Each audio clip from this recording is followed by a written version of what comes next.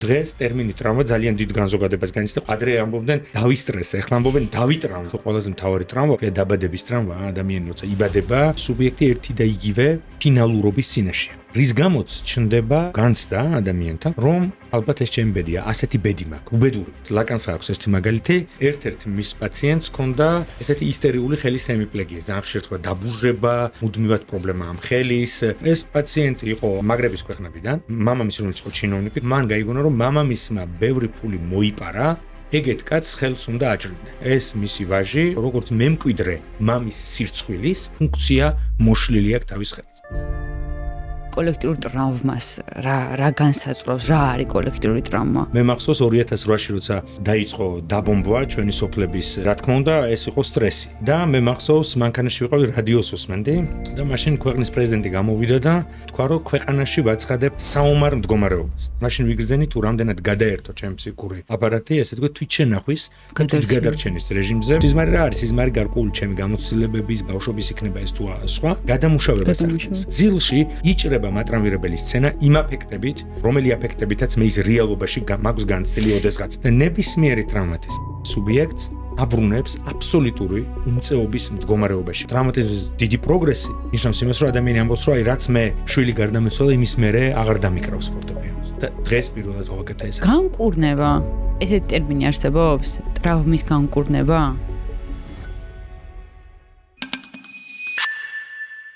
გამარჯობა, ეს არის ცოდნის მოყვარე პოდკასტი. დღეს 4 შაბათია და რა თქმა უნდა ჩვენ ვართ პოდკასტ არეაში. დღეს ვისაუბრებთ როგორც ყოველთვის, რა თქმა უნდა, საინტერესო თემაზე და დღეს ჩემი სტუმარია გიგა მამინაშვილი. გამარჯობა. ჩემ მაყურებელს ვეთქვი, რომ ვინც არ იცით, ვინ არის გიგა? გიგა არის ფსიქოანალიზისა და ფსიქოპათოლოგიის დოქტორი, ქართული ფსიქოანალიტიკური სივრცის დამფუძნებელი. კიდევ ერთხელ გამარჯობა, მიხარია, რომ ცოდნის მოყვარე პოდკასტის სტუმარი ხართ და ვისაუბრებთ ძალიან საინტერესო თემაზე, იმაზე, რომელიც ალბათ ყოველ დღეს ჩემ გარშემო ბევრი ადამიანს აწუხებს და გამიგია ამ თემაზე, რომ კითხვები ჩნდება რატო, საიდან, როგორ და მოკლედ რო ვთქვა სათავე და ჩვენ ჩავშლით საკმაოდ კარგად, რატომ აღარ გვაუცებს და გვაკვირვებს არაფერი, რატო ვეგუებით თითქოს ყველაფერს და რა ხდება ჩვენს ფსიქიკაში, როდესაც ტრავმა ფაქტობრივად ყოველდღიური ხდება. უბრალოდ, მე ჩვენ ამ პოდკასტში ესე ვიწყებთ ხოლმე საუბარს, სულ თავიდან ესე ვამბობ ხოლმე, იმიტომ რომ კარგად გვესმოდას რაზე ვსაუბრობთ. ტრავმაზე ძალიან ბევრი გვისაუბრეთ სხვადასხვა ტიპის ტრავმებზე ამ პოდკასტში, მაგრამ ფსიქოანალიზის ჭრილში საინტერესოა რას ვეძახით ტრავმას. დიდი მადლობა გვანცა პირველ რიგში თქვენი მოწვევისთვის ამ პოდკასტში. მე ვფიქრობ ძალიან მნიშვნელოვანია მსგავსი პოდკასტები, იმიტომ რომ ადამიანები უფრო ბევრს უსმენენ დღეს ესეთ ვიდეოებს, ვიდრე სატელევიზიო ეთერებში რაღაცა ძალიან მოკლე დროით მეტი დროც გვექნება იმისთვის, რომ განვიხილოთ ესოდენ მნიშვნელოვანი და ძალიან რთული თემები.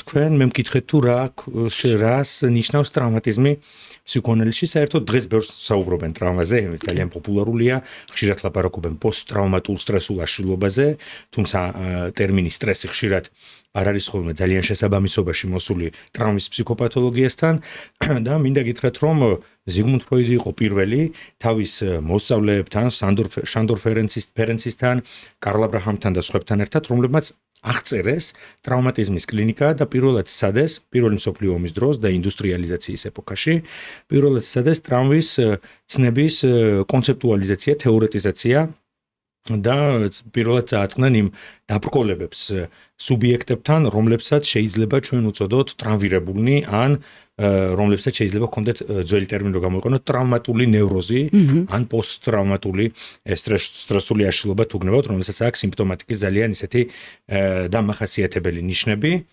ძალიან მოკლედ რო ვთქვათ, ეს მართლა ძალიან დიდი თემა, მაგრამ ის რაც ფსიქოანალიზმა გააკეთა ტრავმატიზმის ფსიქოპათოლოგიის კვლევაში არის ის, რომ მან აღწერა ტრავმა არა როგორც უბრალო სტრესი, თუნდაც ძლიერი სტრესი, არამედ ისეთი მოვლენა ფსიქიკურ და რეალურ ცხოვრებაში სუბიექტის, ან სუბიექტის კულტურულ თუ პროფესიულ ცხოვრებაში, მაგრამ უპირველეს ყოვლისა ფსიქიკურ რეალობაში ისეთი მოვლენა, რომელიც შეიძლება იყოს წმინდად ობიექტური, მაგალითად ავარია, მაგალითად ავტოკატასტროფა და ასე შემდეგ, ასევე ძალიან სუბიექტური, მაგალითად საყვარელი ადამიანის დაკარგვა, ან თუნდაც რაღაც ისეთი მოვლენა, რომელსაც ზოგადად არ აქვს მატრამირებელი მნიშვნელობა, მაგრამ სუბიექტისთვის შეიძინა. და ამ მოვლენას უნდა კონდეს განსაკუთრებული დარტყმითი ძალა, რაც ნიშნავს იმას, რომ ეს მოვლენა რომელიც ხდება სუბიექტის ცხოვრებაში, ხშირად უწყების ფორმით, მაგალითად, ცუდი დიაგნოზის უწყების ფორმით, ან ცუდი ამბავის გაგების, ეს მოვლენა ანგრევს ფსიქიკური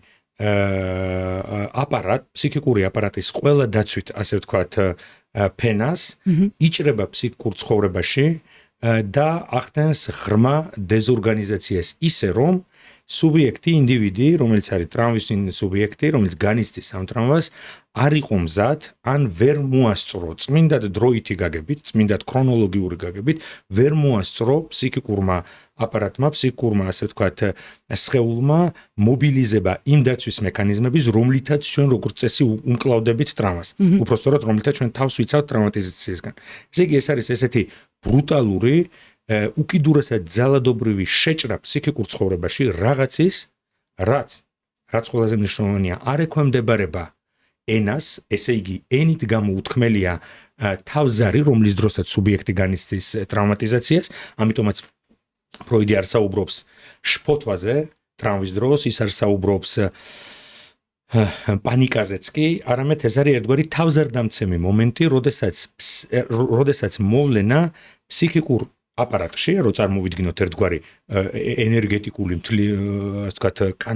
არხების არსებობა, ფსიქიკურ აპარატში იმდენად ძლიერი ხდება აგზნება, იმდენად იწევს წნევა, რომ ფსიქიკური აპარატი ვერ გადაამუშავებს ამას და დგება დისოციაციის, გახლეჩის, დეზინტეგრაციის კატასტროფული საფრთხის წინაშე. და ეს მოვლენა, რომელიც შეანგრევს ფსიქიკური, ასე ვთქვათ, ფსიქიკურ დაცვით მემბრანას, პარექსიტაცია, აგზნების ფარს, ასე ვთქვათ,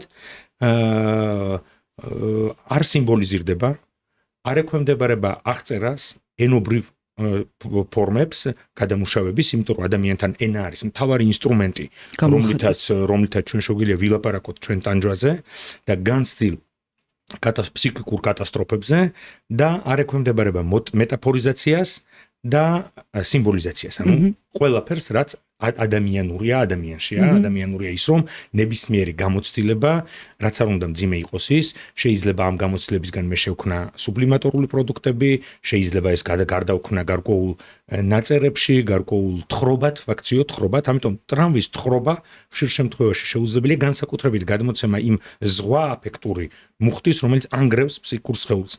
და ასეთ შემთხვევაში ცხადია ირთვება, მე როგორც ვთქვით, მატრამვირებელი მოვლენის დროს სუბიექტი გაშეშებულია, ეს არის ერთგვარი თავზარის, ერთგვარი პარალიზების მომენტი, ფიზიკურადაც, მათ შორის ცხადია ეს უპირველეს ყოვლისა გამოიხატება ფიზიკურ სიმპტომებში და ეს ხდება სწორედ იმიტომ, რომ სუბიექტი ვერ ასწრებს მობილიზებას, ფროიდი ამბობს, ტრავმატიზმს წინ არ უსწრებს შფოთვა.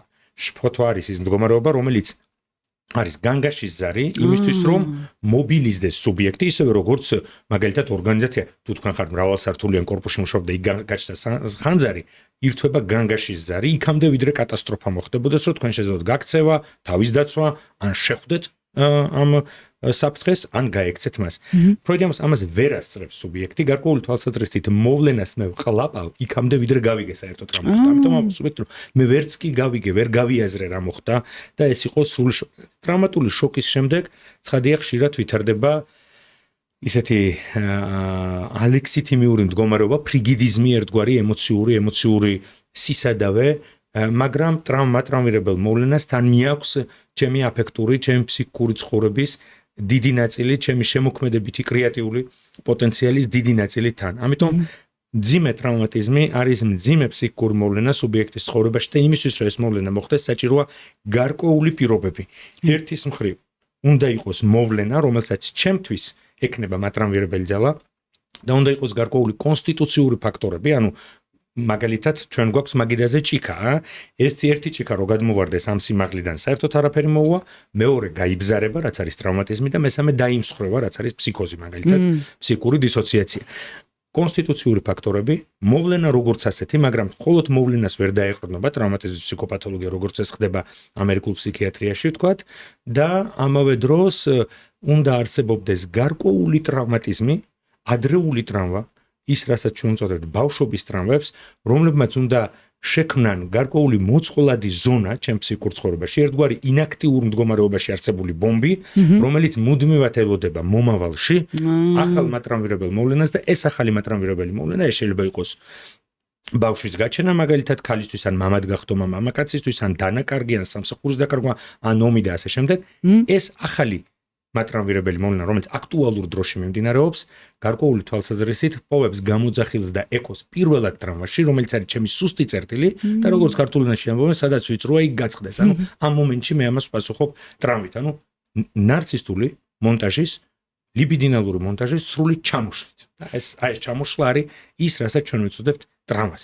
ამიტომაც ფსიქოპათოლოგიური თვალსაზრისით ეს საკმაოდ კონკრეტული საკითხია, თუმცა დღეს ტერმინი ტრამა ძალიან დიდ განზოგადებას განიცდა ყველა ამბობს, რომ აგეთეთ ეხლა ადრე ამბობდნენ დავისტრესე, ეხლა ამბობენ დავიტრამვე. ხო და ეხლა ეს ძალიან დიდი მადლობა პირველ რიგში რომ ესე აგვიხსენეთ, იმიტომ რომ მართლაც რომ ყველაფერზე ვიძახით რომ დავიტრამვე.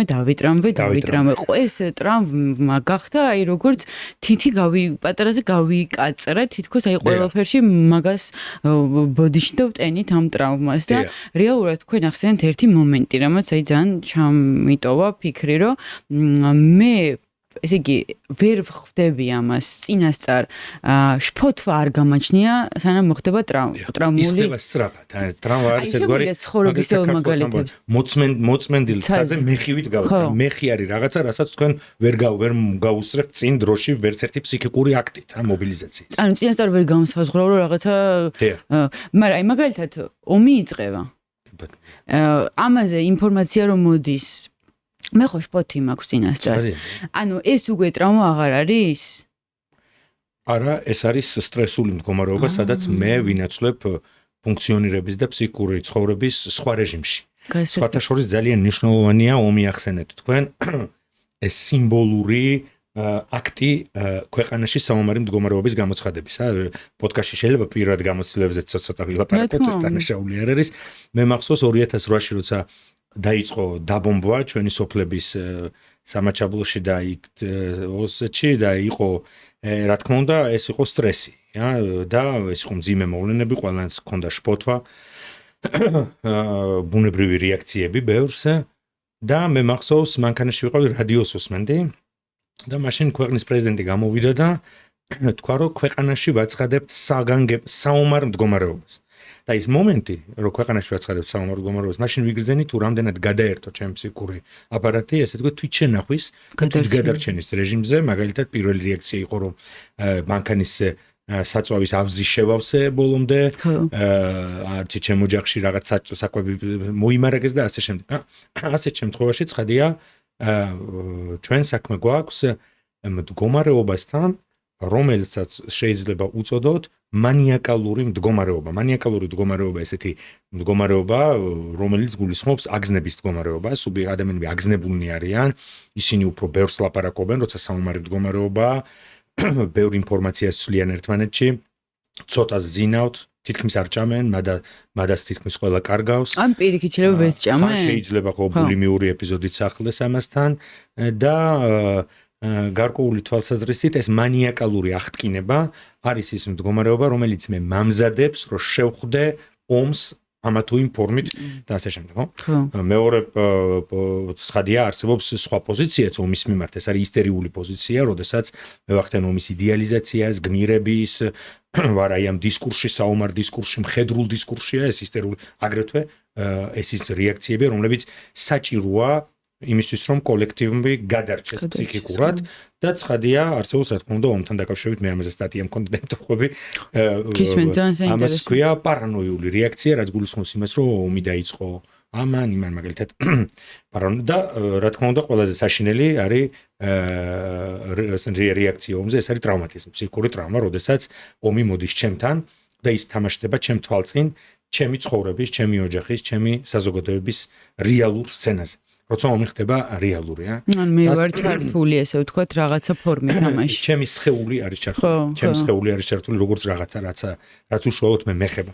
ამიტომ ტრავმატიზმზე როცა ვლაპარაკობთ, აქ უნდა აგრეთვე კიდე შემოვიტანოთ ერთი ტერმინი, რომელსაც ჟაკ ლაკანი ანვითარებს, ეს არის რეალურის რეგისტრი, რომელიც არ სიმბოლიზირდება, რომელიც ხელიდან უსწრდება მეტაფორიზაციას და ენას და რომელიც როგორც მოუნელებელი, გადაუმუშავებელი მთელი არსებობს, აგრძელებს ცვიკურ ცხოვრებაში არსებობას. ანუ ეს კარგად აგვიხსენეთ, ეს რეალური ტრავმა? რეალური არ არის რეალობა, ეს არის მდგომარეობა, როდესაც მოვლენას მე ფანტაზმის წარმოსახვის პრიზმიდან ვეღარ უყურებ და ამ დროს ჩემი მთელი ესე იგი ფანტაზმატიკური და წარმოსახვითი და ილუზორული, თუნდაც ენობრივი კონსტრუქტები მთლიანად არის გაცრეცილი, ეს ფარდა ვარდება და მე აღმოჩნდები წინაშე სცენისა, რომლის გადამუშავებაც და რომლის თქმაც არ შემიძლია. მაგალითად ეს არის თქვათ სცენა დანაწევრებული სხეულის ომში, ხო? დანაწევრებული სხეული არა ერთ-ერთი ბირთვი მატრანვირებელი ჯარისკაცებისთვის, როცა ისინი ხედავენ თავის მეგობარს, იარაღის მეგობარს დანაწევრებულს ან უხელოდ, უფეხოდ და ასე შემდეგ. რატომ? იმიტომ რომ მთელი ჩემი სხეული არის კონსტრუირებული შესაბამისად ჩემი მე და ჩემი თვითობის განცდა სარკეში ინტეგრალურ თლიან სხეულზე. როდესაც მე ვხედავ, რომ სხვისი სხეული დისოცირებს ფიზიკურად, მე რომელიც იდენტიფიცირებული ვარ სხვის სხეულთან, ვდისოცირებ ფსიქიკურად. გასაგები. თქვენ ახსენეთ, რომ უბრალოდ ეხლა ერთ რაღაცას ვიტყვი და მითხარით სწორად ვფიქრობ თუ არა.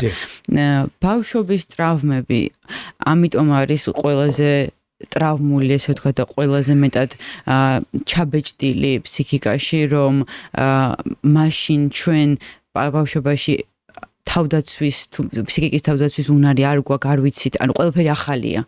რაღაც რომ მოხდება, ტრავმული, მაგალითად ახალია და არ ვიცით როგორ გავუმკლავდეთ. ამიტომ არის ხოლმე ესე ღრმად და ესე მნიშვნელოვანი ეს თემა? მიხვდით რას ვკითხულობ? ბავშვობის ტრავმები ყოველთვის მნიშვნელოვანია. ხო, მაგრამ აი რა თქვენ რო თქვით, რომ აი მაგალითად მე ტრავმის დროს შეიძლება ჩფოთი არ მაქვს წინასწარ, ხო? ბავშვობაშიც იმდენად ყველაფერი ახალია და იმდენად არაფერი არ გამომიცდია, რომ წინასწარ ამაზე შფოთი ვერ მექნება. თუნდაც პატარა რო ვარ. ამ თეორიაზე ბავშვობის ტრავმას ვერ ავწყვეტ, იმიტომ რომ ჩვენ როცა ვაპარაკობთ ბავშვობის ტრავმაზე, ისევ ორმნიშვნელოვან ორგანსხვავებულ რეალობაში ვართ. პირველი ის, რომ თვითონ ბავშვობის ასაკი სხვადასხვა აუცილებელი და გარდუვალი ტრავმებით არის მარკირებული, ასე ვთქვათ, აღნიშნული.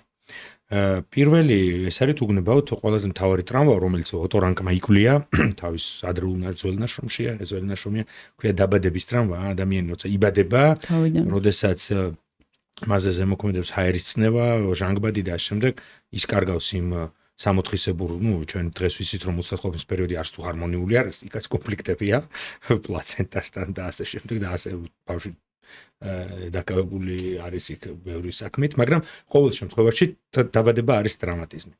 მერე გარემო, კულტურა, დედობრივი გარემო, დედის ხელმკლავები, სითბო, რწევა, დედის ნანა და ასე შემდეგ, საკვები, თავის დროზე და ყველაფერი, რაღაცნაირად ეს ყველაფერი ამ მატრანვირებელ მოვლენას ჩემთვის ასატანს ხდის, რადგან ჩვილ ბავშვს უქმნიან მიახლოებით ისეთ გარემოს ოჯახში, რომელიც გავს მოცლად ყოფნის გარემოს. არ შესცივდეს, სულ თბილად იყოს, ახლოს იყოს სხეულთან, ახლოს იყოს დედის მკერდთან და ასე შემდეგ. მაგრამ ყოველთვის არასრულფასოვანია ცხადი ეს კომპენსაცია და რეალობასთან ყოველი შეჯახება გულისხმობს იმას, რომ მე ერთი ნაბიჯით წინ მივდივარ აკულტურაციის, სოციალიზაციის და ფსიქიკური განვითარების რთულ გზაზე, ერთი ნაბიჯით წინ ვინასწრებ, მაგრამ ტკივილის, ფრუსტრაციის, ხშირად ძლიერი ფრუსტრაციისა და პატარ-პატარა, მაგრამ მნიშვნელოვანი ტრავმატიზმების ფასად. მეორე ტრავმა თუ უგნებავთ, ეს არის ტრავმა, როდესაც დედა ბავშვს ეუბნება ძუძუზე უარს რაღაც ეტაპზე, ხანდახან ეს ძალიან ქვია ხდება ზოგიერთ კულტურაში, მაგრამ ყოველ შემთხვევაში ბავშვი ამ დროს კარგავს იმ ობიექტს, რომელიც მისთვის არის სიცოცხლის, კვების, სიყვარულის და უსაფრთხოების მთავარი წყარო. და მას უწევს ამაზე უარი თქვას და ეს არის ერთ-ერთი მატრანვირებელი მოვლენა. მერე უნდა ბავშვმა თქვას უარი დედის ობიექტზე, უარი თქვას ოიდიპოსის კომპლექსი, ოიდიპოსში უკვე მან უნდა უარი თქვას თავის ინცესტუალურ თუ დესტრუქციულ და აგრესიულ ტენდენციებზე და ასე შემდეგ. და კიდევ არსებობს ტრავმატიზმების, ნორმალური ტრავმების გაგრძელება, სია ვრცელია. ეს არის მოზარდობაში უკვე პირველი შეხვედრა საკუთარ სქესთან, როცა იწყება სქესობრივი მომწიფება და სექსუალობა ადამიანთან თავისთავად არის მატრამვირებელი ბუნების, საკმაოდ ტრავმატოგენულია სექსუალობა და მერე როდესაც ის ხდება საპირისპირო სქესს, სადაც წყდება მისი როგორც სქესობრივი სექსუალური ორიენტაცია, ასევე მისი ბედი და მისი პირადი ცხოვრება. ამიტომ ყველა ეს შეხვედრა რეალურთან და იმასთან რისი სახელდებაც მე არ შემიძლია, მაგალითად ბიჭისთვის ქალურობასთან, ქალის სხეულთან და ამავდროულად ყველა ეს ეპიზოდი არის მატრამვირებელი. ახლა რაც შეეხება ბავშვობის დროს მომხდარ ტრამვებს, ეს უკვე ჩვენ გვაქვს უკვე არა ნორმალურ განვითარებაში, არამედ ტრამვით შეფერხებულ განვითარებაში. რას ნიშნავს? ეს ნიშნავს იმას, რომ ნებისმიერი წვეტა, რომელსაც მე განვიცდი ჩემ პირველად ობიექტებთან ურთიერთობაში, ოღონდ ბრუტალური წვეტა შეიძლება ჩემთვის იყოს მატრამვირებელი. ან ჩვენ თქვით, რომ მაგალითად დედის კერძზე უარის თქმა მატრამვირებელია, მაგრამ თუ დედა ჩვილობის ასაკშია ბავშვი და დედა ავადდება და რამოდენიმე კვირიანი ჰოსპიტალიზაცია ჭირდება, ან დედას გარდაეცვალა ახლობელი ადამიანი და დედა არის ღრმა დეპრესიაში და ბავშვთან კარგავს ფსიქოაფექტურ და ემოციურ კონტაქტს, ან ხდება მშობლებს შორის განშორება, რაც იწვევს ოჯახის ფსიქოაფექტური და ოჯახის ფსიქიკური ეკონომიის სრულ დეზორგანიზაციას, მაგალითად განშორება და ასე შემდეგ, ან ოჯახში არის ყოველდღე ჩხუბები. ხშირად მატრამვირებელი არის ყვირილი, იმიტომ რომ ტრამვა საკმაოდ აკუსტიკური ბუნების მოვლენაა, მაგალითად, როცა ბომბი ფეთქდება, მატრამვირებელი ბირთვი, ტრაუმატიზმის ბირთვი არის თვითონ აფეთქების ხმა, რომელიც ისე იჭრება ჩემ ფსიქიკაში, რომლიდანაც მე მისი გამოდევნა აღარ შემიძლია. შეიძლება იყოს მამის ხმა, რომელიც თვრალი მოდის და სულ ყვირის და ლეწავს. რაღაც მომენტში ეს არის სტრესი ბავშვისთვის, მაგრამ რაღაც მომენტში ის ხდება ტრამვა, მაგალითად, მძიმე ოჯახური სკანდალი. იმ მომენტში ხდება ტრამვა, როდესაც ბავშვი რაღაც მომენტში აცნობიერებს, რომ ის შეიძლება მოკვდეს. რატომ? იმიტომ რომ ტრაუმატიზმი მაშინაც კი, როცა პირდაპირ არ ემუქრება ის ჩემს სიცოცხლეს, არის მდგომარეობა, როდესაც მე სიკვდილთან ვარ პირისპირ და როდესაც ირღვევა ჩემი უკვდავების ილუზია. ამიტომ შესაძლოა მე ძალიან სახიფათო სიტუაციებში აღმოვჩნდე, მაგრამ არ ვიყო ტრამვირებული, ესე იგი ეს სიტუაციები ემუქრებოდეს ჩემს სიცოცხლეს, მაგრამ სრულიად უნებელ, მეტნაკლებად უნებელ გარემოში, თუ მე რაღაც მომენტში დავიჯერებ, რომ ეს შეიძლება დასრულდეს ჩემი რეალური სიკვდილით, თუ ჩემთვის სიკვდილი ხდება ისეთივე ხელშესახები, როგორც სხვა დანარჩენი რამ ამ ცხოვრებაში, ასეთ შემთხვევაში ინგრევა სუბიექტთან ეს ნარცისტული ილუზია უკვდავების და ამ დროსაც მე განვიცდი ტრაუმატიზაციას. ამიტომ ბავშვები როცა განიცდიან ტრამვას, ისინი განიცდიან რას? ისინი განიცდიან მდგომარეობას არ ყოფნის, არ არსებობის, გაქრობის შფოთვა, ჩამოშლის შფოთვა, ერთ-ერთი ფსიქოანალიტიკოსი ინგლისელი ამბობს, მაგალითად, ეს არის შფოთვა მომენტალურად მე ვკარგავ ჩემ თავს. მე ვარ სრულ დეპერსონალიზაციაში, სრულ დერეალიზაციას განვიცდი და მე მაქვს განცდა, რომ ჩემი აღსასრულის მომენტი დადგა სრული უმწეობა, ხო, ეს არის ძალიან მნიშვნელოვანი სიტყვა, ეს არის კატასტროფული გამოცდილება უმწეობის და ნებისმიერი ტრაუმატიზმის სუბიექტს აბრუნებს აბსოლუტური უმწეობის მდგომარეობაში გადაისვრის, სადაც მე აღარ მეკუთვნის არა მხოლოდ ჩემი ფსიქიკური პროცესები, არამედ ჩემი სხეულიც.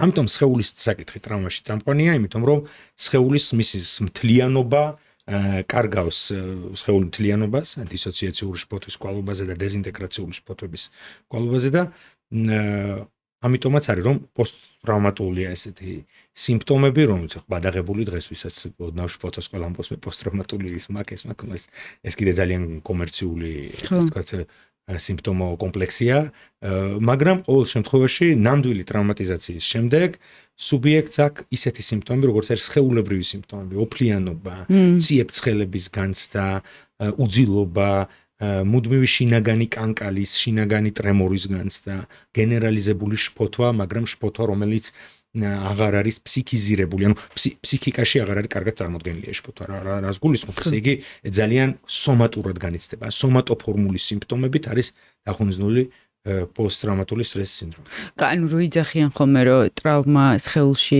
ინახებაო, რეალურად შეგვიძლია რომ ესეც ვთქვათ, რომ სხეულში ინახება? აი ამ სიმპტომებით გამოხატვის შედეგად. ტრავმა არ ინახება სხეულში, ინახება ის კოლოსალური აგზნება, რომლის მობილიზაციაც მოხდა ტრაუმატიზმის დროს. და რადგანაც ფსიქიკური აპარატი ამ აგზნებას ვეღარ იტევს, ის მოუხმობს სხეულს როგორც ერთგვარი ევაკუაციის ადგილს ამ აგზნების. ფსიქიკური აგზნების ცნება არის წამყვანი შიდა ფსიქიკური აგზნების ცნება ფიზიოლოგიური თვალსაზრისითაც არის წამყვანი იმისაც რომ გავიგოთ რა არის ტრამვა. და ეს აგზნება უნდა იყოს კატასტროფულად ჭარბი. ხო, ძალიან საინტერესოა, იმიტომ რომ აი ხა თქვენ რო საუბრობთ, თან მახსენდება რამდენ უაზროდ შეიძლება მე პირადადაც მithქვას ტრავმა და სინამდვილეში ანუ იმხელა რაღაცა არის ეს ტრავმა ხა როგორც თქვენ აღწერეთ, გაქრობის, არყოფნის, შიში და აი ეს არის ყველაზე საშინელი გამოცდილება, რომელიც ადამიანს შეიძლება ქონდეს, რატომ რომ ნებისმიერი ტრავმა მაშინაც კი თუ ის რეალურად არ ემუქრება ჩემს სიცოცხლეს, ნებისმიერი ტრავმა არის სიკვდილთან მომენტალური შეხვედრა.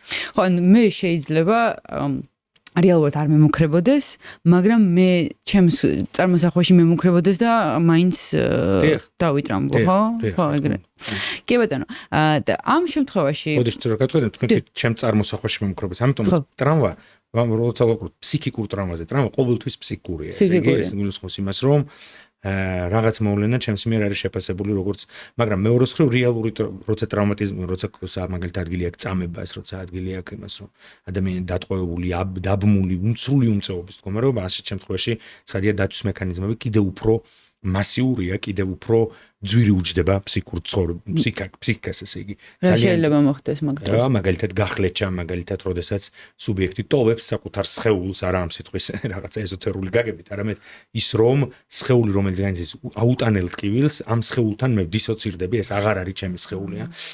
რასაც ჩვენ ვაკვირდებით როგორც მძიმე ტრავმების დროს, ასევე ფსიქოზის დროს, არ არის აუცილებელი, რომ მხოლოდ ტრავმაში იყოს ეს სიმპტომები, როდესაც მაგალითად ფსიქოტიკის საკუთარ ხელს უყურებს და ის აღიქვამს როგორც სხვის ხელს, როგორც არა თავის ხელს, როგორც მინიმუმ, როგორც ობიექტს, რომელიც შეიძლება აიღოს და გადაწყვეტოს და ასე შემდეგ.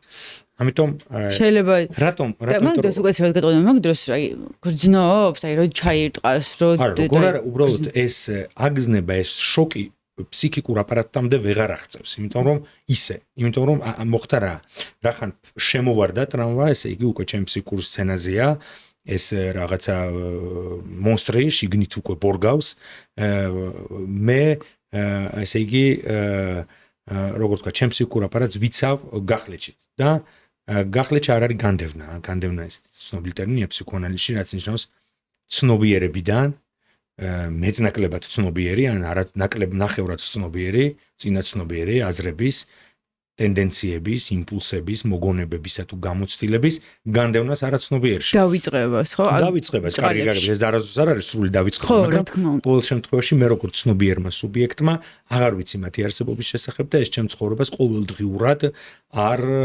აშფოთებს.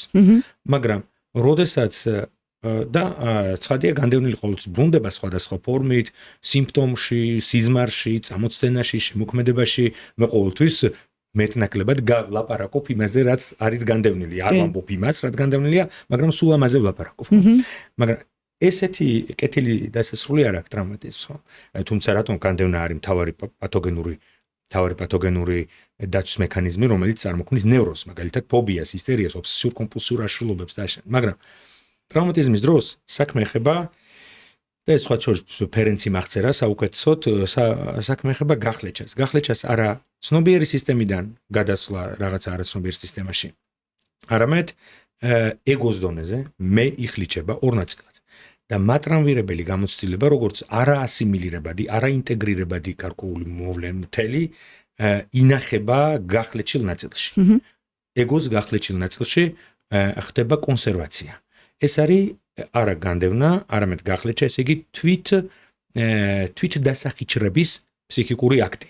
ისე როგორც მაგალითად გელი, მე გამიგია რომ როცა მოყვება ხაფანგში ფეხი მოყვება, მას შეუძლია მოიჭამოს თავისი ფეხი, იმის რომ გათავისუფლდეს. ან მაგალითად ალპინისტმა ერთ-ერთმა რომელსაც მოიჭრა, ამოიღო ჯაყვა, თავისი პატარა დანა და მოიჭრა ხელი, იმიტომ რომ სხვა შემთხვევაში ეს არის ესეთი თვით დასახიჩრების აქტი ტრავმატიზმის დროს, ოღონდ საქმე ეხება ცხადია ფსიქიკურ სხეულს და მე ვკარგავ ჩემი აფექტის, ჩემი ემოციური ცხოვრების დიდ ნაწილს, რატომ? იმიტომ რომ ნებისმიერი ემოცია, რომელსაც მე უფლებას მივცემ, რომ კონდეს ადგილი ფსიქიკურ ცხოვრებაში ტრავმატიზმის შემდეგ, აქტუალიზაციას ახდენს იმ კოშმარის, რომელიც განიცადი. ამიტომ, როდესაც მე განვიცდი გახლეჩას და როდესაც ჩემი ეგოს ერთი ნაწილი კონსერვაციას ახდენს კოშმარის, ტრავმატული თავზარის, მე უკვე უნდა გავხდეს სტერილური, არა მხოლოდ ცუდი ემოციების, არამედ კარგის მიმართაც, სიყვარულის მიმართაც, სითბოს ვეღარ გამოვხატავ თქვა შვილების მიმართ, საყვარელი ადამიანების მიმართ და ასე შემდეგ, რატომ?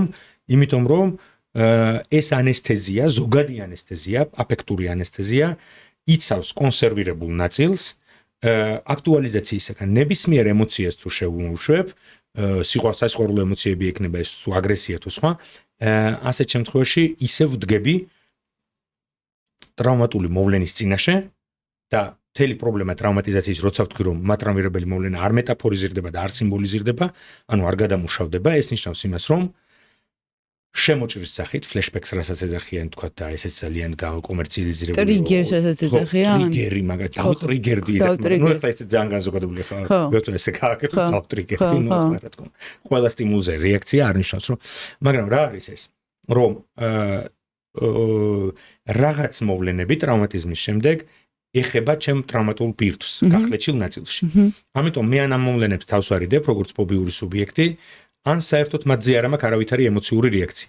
შესაბამისად, ძიმე ტრავმატიზმის შემდეგ მე ვკარგავ რაღაც ძალიან მნიშვნელოვანს ემოციურ, სრულფასოვან ემოციურ აფექტურ გაცვლას რეალობასთან და ვარ გახინული ადამიანი, ოღონდ არა, იმიტომ რომ ასეთი პიროვნება ვარ, შიზოიდური პიროვნება და ასე შემდეგ, ან ფლეგმატური და ასე შემდეგ, არა. სხვანაირად არ შემიძლია. დიახ, ამიტომ ეს ტრავმატული მოვლენა ყოველ ჯერზე რეაქტუალიზაციას განიცდის და ბრუნდება ფსიქიკური სცენაზე, სიზმარში თუ რეალურ ცხოვრებაში ტრიგერი ახსენეთ თქვენ იმ ფორმით, რა ფორმითაც ისმე განვიცადე.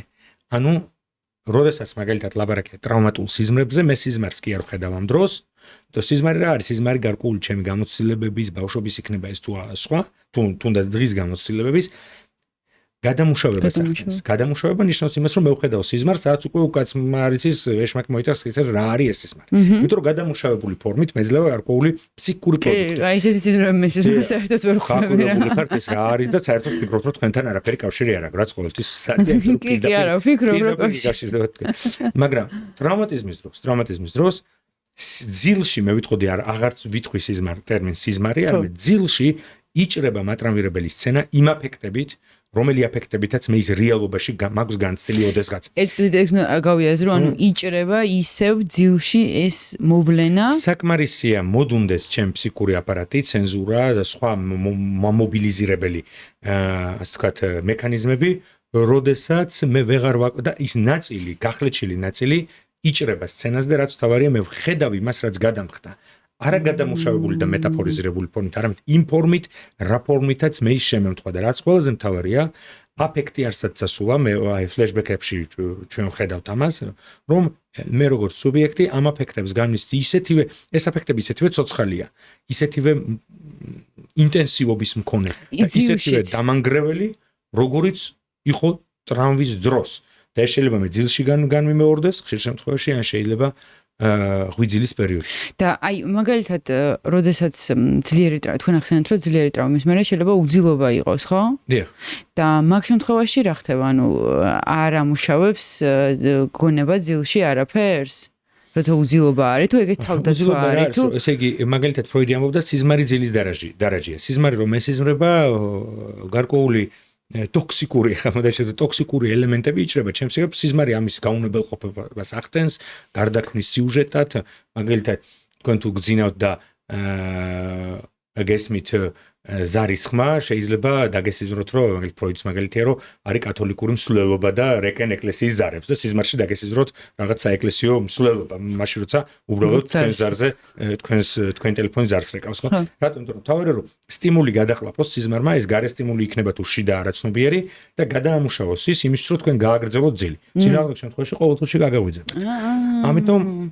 ამიტომ სიზმრის ფუნქცია ძალიან მნიშვნელოვანია ყველა იმ სიკეთესთან ერთად, რომელიც მას გააჩნია და ტრავმის დროს ის მექანიზმები მეტაფორიზაციის, რომელიც სიზმრის შემოქმედებაში იღებენ მონაწილეობას, არის დაზიანებული ზუსტად ისე, როგორც შეიძლება იყოს დაზიანებული წყლის ფილტრი, მაგალითად, წყალსაქაჩ რაღაცა მოწყობილობაზე და ჩვენ როცა ხსნით ჩვენს ონკანს, ეს კარგი მაგალითია გეტყვით, რატომ მოდის არა სუფთა წყალი გაფილტრული, არამედ მოდის ჭუჭყიანი წყალი, ტალახიანი წყალი, ამიტომაც ფსიქოანალიტიკოსები ამბობენ, რომ მატრამვირებელი მოვლენა არღვევს ფილტრის მთლიანობას და ქმნის არასიმბოლიზირებად ხრელს ამ ფილტრში. ისევე როგორც მაგალითად მეთევზის ბადეს თუ გაუკეთებ დიდხვრელს, მისი თევზების ყველა გაძრებიან ამ ბადიდან, ხო, ვერ იჭერს.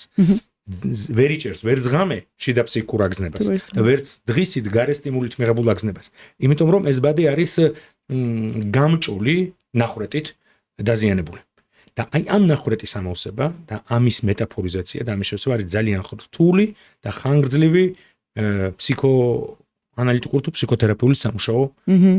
ამიტომაც და მეორე კიდე რა თქმა უნდა ჩვენ კოლეგებს ახასიათებს აბა მომიყევით რამო აბა მომიყევით ეს და მithumet ეს არ არის აუცილებელი რომ ყველა ადამიანი რომელმაც განიცადა ან დევნილობა ან რთული პერიოდები ყველა იყოს ეტიკეტირებული როგორც მათ ტრამვირებული და რომ ჩვენი კოლეგები მithumet ახალგაზრდა კოლეგები მისვიდნენ მათ ჩაუტარონ ტესტები პოსტტრაუმატული სტრესული აშლილობის გასაზომი შფოთვის ტესტები დეპრესიის ტესტები და თქვენ რომ ეს ადამიანი ტრავმატიზებულია იმიტომ რომ აქვს შფოთვა ეს არის ძალიან მექანიკური მიდგომა ამ საკითხთან ამიტომ ყველა ვისაც განცდილი აქვს რთული მომენტები ყველა არ არის ტრამვირებული და ყველა ვინსაც არ აქვს განცდილი რთული მომენტები ცხოვრებაში, აუცილებლად არ არის ტრამვისგან დაცული. იმიტომ რომ ზოგი საერთოდ ხელის გულზეა გასცდილი და აქვს მძიმე ფსიქიკური ტრავმა. ხელის გულზე თუ არის გასცდილი, როგორ აქვს მძიმე ფსიქიკური ტრავმა? მაგალითად შეესწრო მშობლების სექსუალურ აქტს. შეიძლება მოხდეს. გასაგებია. ანუ სხვა ფაქტორი ის რა. ხო, გასაგებია. დაიბადა მისი პატარა ძმა და დედამ გაწია ის გვერდით. ისე რომ და უამრავია. მაგ ეგეც ითრება ტრავმად. აი ეს რა მაინტერესებს. აი ნახეთ, ეხლა ჩვენ მოვიყვანეთ ერთი მაგალითად რომ დაიბადა ისი პატარა ძმა და დედამ გაწია გვერდით. დიახ. ეს ხო 100%-ში არ ნიშნავს რომ ეს ადამიანი დაიტრაუმა. არა, რა თქმა უნდა. არ ნიშნავს, ხო? თუ ამ ფაქტმა მის შემდეგ ცხოვრებაში გამოიჩინა თავი და რაღაცაში ეხლა ლაპარაკობ მაქსიმალურად გასაგებად რომ დავსვაკით გამოიჩინა თავი და რაღაცაში შეაწუხა ცხოვრების ხარისხი დაუგდო ვეღარ ფუნქციონირებს არ ვიცი რაღაც ბევრი სიმპტომები შემოვიდა მაგ შემთხვევაში ჩვენ შეგვიძლია ვთქვათ რომ ის კონკრეტული მოვლენა მისთვის იყო როგორც ტრავმა? არა, ჩვენ არაფერს არ ვიტყვით ამ შემთხვევაში, იტყვის თვითონ სუბიექტი, რა წონა შეიძინა ამა თუ იმ მოვლენის ცხოვრებაში. ტრავმატული ძალა, ტრავმატული ნიშნულობა, მატრამვირებელი ნიშნულობა შეიძლება შეიძინოს, როგორც ვთქვით, ობიექტურად ტრავმატულმა ფაქტურ მოვლენებმა და ძალიან სუბიექტურმაც. მათ შორის. კი ბატონო, ხო.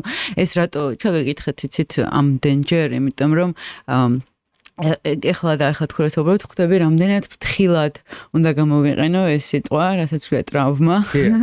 და როგორ არ ფრთხილად ვიყენებდი ხომ? არის ეს რომ საზოგადოება არის ტრამვირებული, რომ ყველა არის ტრამვირებული. კი ბატონო, რა თქმა უნდა, მაგრამ ასეთ შემთხვევაში რაც კოლექტიურ ტრავმაზე ვლაპარაკობთ, ალბათ უნდა ფსიქოპათოლოგიის ჩარჩოებიდან გავიდეთ და ცოტა განსხვავებული პრიზმიდან განვიხილოთ. აი განვიხილოთ, იმიტომ რომ რეალურად ჩემი შემდეგი მიმართულებაც ეგ არის, როდესაც ვსაუბრობთ კოლექტიურ ტრავმაზე და კოლექტიურად აი საზოგადოებაში, როცა აი ამხელა, არ ვიცი, სევდა თუ რაღაც ტრიალებს და ეს ძალიან იგრძნობა. რას საერთოდ კოლექტიურ ტრავმას რა განსაზღვრავს რა არის კოლექტიური ტრავმა?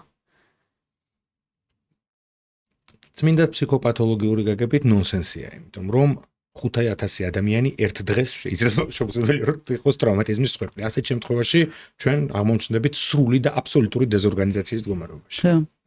ამაზე შევთანხმდით რომ 3 მილიონი კაცი ერთ ღამეში ვერ გახდება ტრავმატიზმის სუბიექტი. ამიტომ მეორე კოლექტიური ტრავმა გულისხმობს მოვლენას, რომელმაც შეარყია ჩემი როგორც სუბიექტის, როგორც მოქალაქის და როგორც სოციოკულტურული წესრიგის ნაწილის ის მეტაფსიქიკური, ანუ გარე საყრდენები, რომლებიც განაპირობებენ ჩემს იდენტობას და ჩემს არსებობას. არა მხოლოდ ფსიქიკურ და ფიზიკურ, არამედ სიმბოლურ არსებობას, მაგალითად, როდესაც მე ვარ დევნის მსხვერპლი ჩემი ნაციონალობის, ჩემი პოლიტიკური არჩევანის, ჩემი სექსუალური ორიენტაციის გამო. ასეთ შემთხვევაში, ან როდესაც მატრამვირებელი მოვლენა ეხება იმ სიმბოლურ ობიექტებს, რომლებიც მე ხდის წევრად მაგცევს ჩემი ოჯახის და მთლიანად საზოგადოების. ასეთ შემთხვევაში ეს მატრამვირებელი მოვლენა ანგრევს ამ საყრდენებს, ამ მეტაფსიქიკურ საყრდენებს, უტევს, შლის მათ გენოციდის დროს მაგალითად, პირდაპირ გაგებით წაშლის, შლის იმ წარწერებს, გადატანით მნიშვნელობით რომ ვთქვა, სადაც ამოტვიფრულია ჩემი და ჩემი წინაპრების სახელები და გვარები.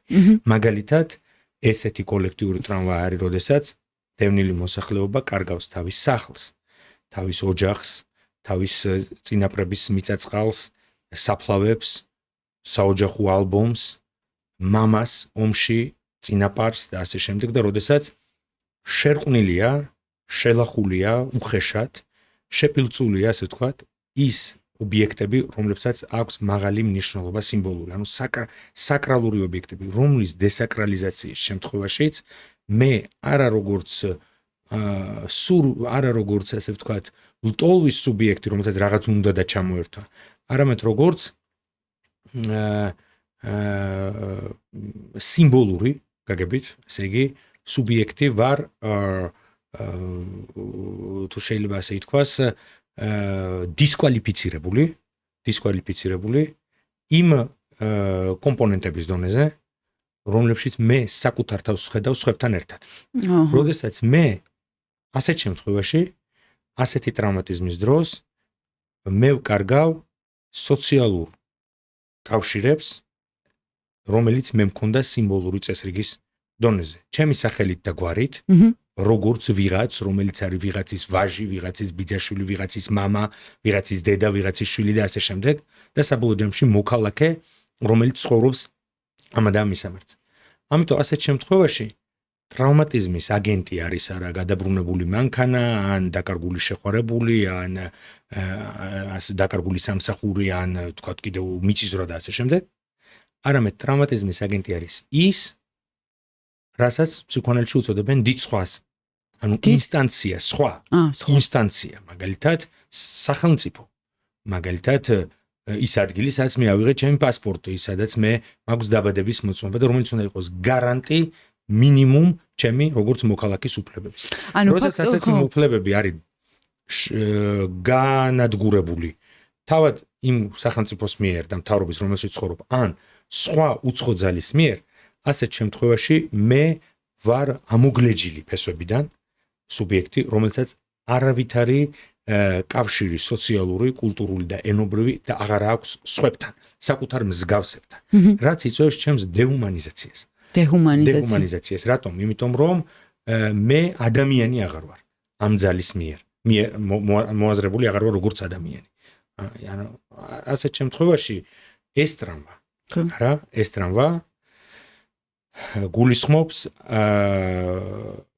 ტრანსმისიის პოტენციალს, ანუ გადაცემის, მემკვიდრეობით შეიძლება გახდეს. რაც ნიშნავს იმას, რომ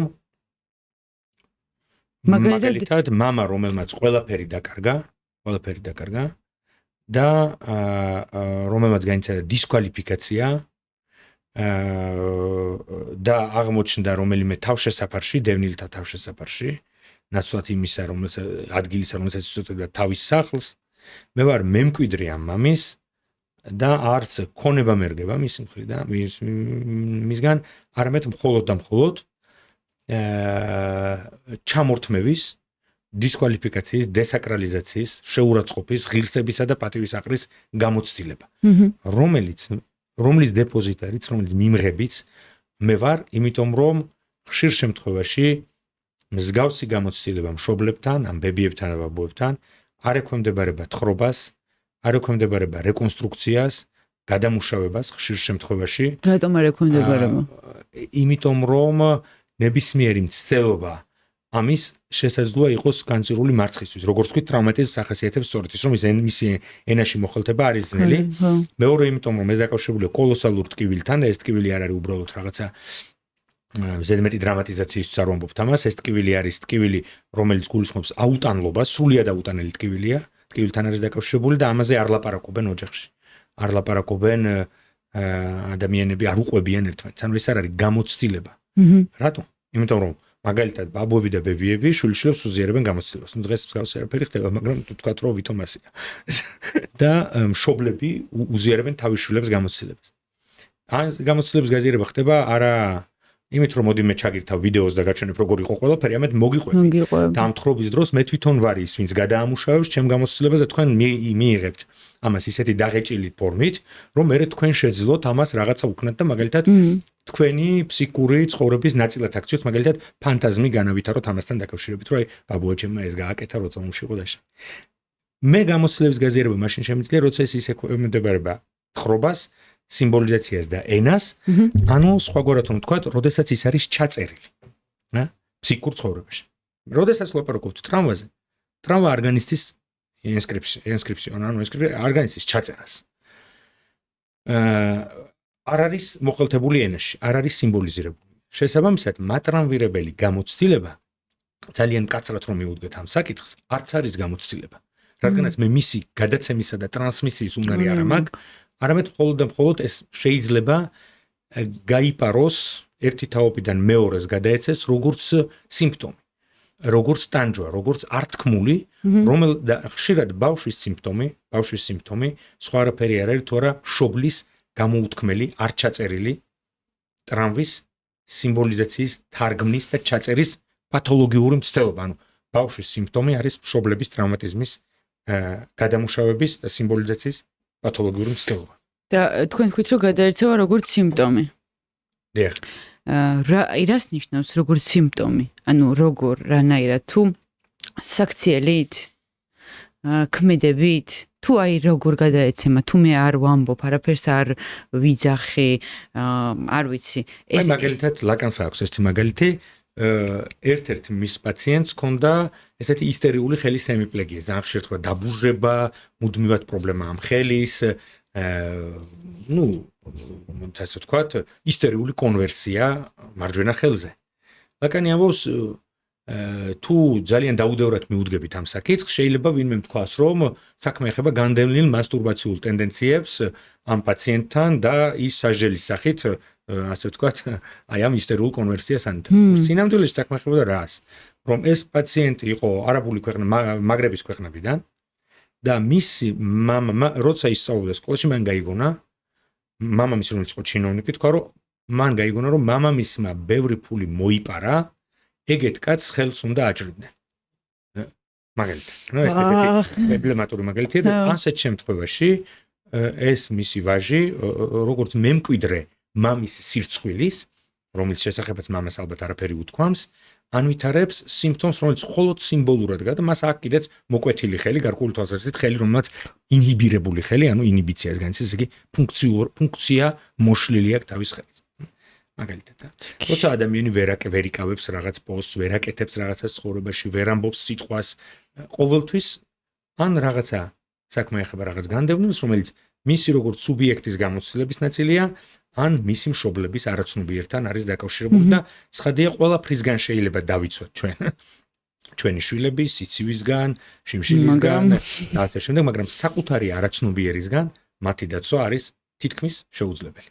ნუ ალბათ ერთადერთი ის არის თუ ჩვენ ვიმუშავებთ საკუთარ თავზე იმ დონეზე რომ მე აღარ გადავცეთ შვილებს რა. ეს ახალგაზრდები ამ როგორც ჩანს ჩემ შეყვარებულს არ ქონდა დამუშავებული კარგად და მე გადმომცეს და მე უთხარი რომ მოდი ეს დაამუშავე, მაგრამ ესე შეკვეთით არ არის. მე თქვენ ეთქვით დედას რომ იცი რა დედა დაამუშავე შენ ეს პრობლემატიკა და მოდი მე ვილაპარაკოთ. ხო და ეხლა ამიტომ ფსიქოთერაპია არ არის პანაცეა, რომ ეხლა ჩვენ პრობლემებს ჩვენ ფსიქოთერაპევტებთან დავამუშავებთ და მე ჩვენს ბავშვი არც უნდა იყოს სუფთა ფურცელის ჩაწერის ადგილია, სანამ მოვა ამ ქვეყანაზე გაჩნდება, მანამდე არქმევს ზოგი სახელი, ზოგი მანამდე ოცნებობს თუ როგორი უნდა იყოს, როცა იბადება ხო მუდმივად დაბომბილია იმ დისკურსებით და ლაპარაკით, რომელიც ოჯახშია, სანამ დაიბადება მუცელშივე ესმის უკვე. მუცელშივე ესმის და ყოველ შემთხვევაში როცა იბადება, ხო ესმის და ესმის და რა ადგილს იკავებს ის მშობლების ფანტაზია. თუ ამ მშობლებს ჰქონდათ ტრავმატიზმი, დევნილობის, წამების, ღირსების საყრის და ასე შემდეგ, ცხადია ამა თუ იმ ფორმით, სიმპტომატური ფორმით, თუ უფრო ნორმალური ფორმებით, სოციალურ, კულტურულ თუ ფსიქიკურ სცენაზე ბავშვისა ეს აუცილებლად იჩენს თავს. რატომ? იმ უბრალო პრინციპით, რომ სიმართლე არ დაიმალება, ესე იგი სიმართლის დამალვა შეუძლებელია. ის ლაპარაკობს სულ ხანდახან ღვირის.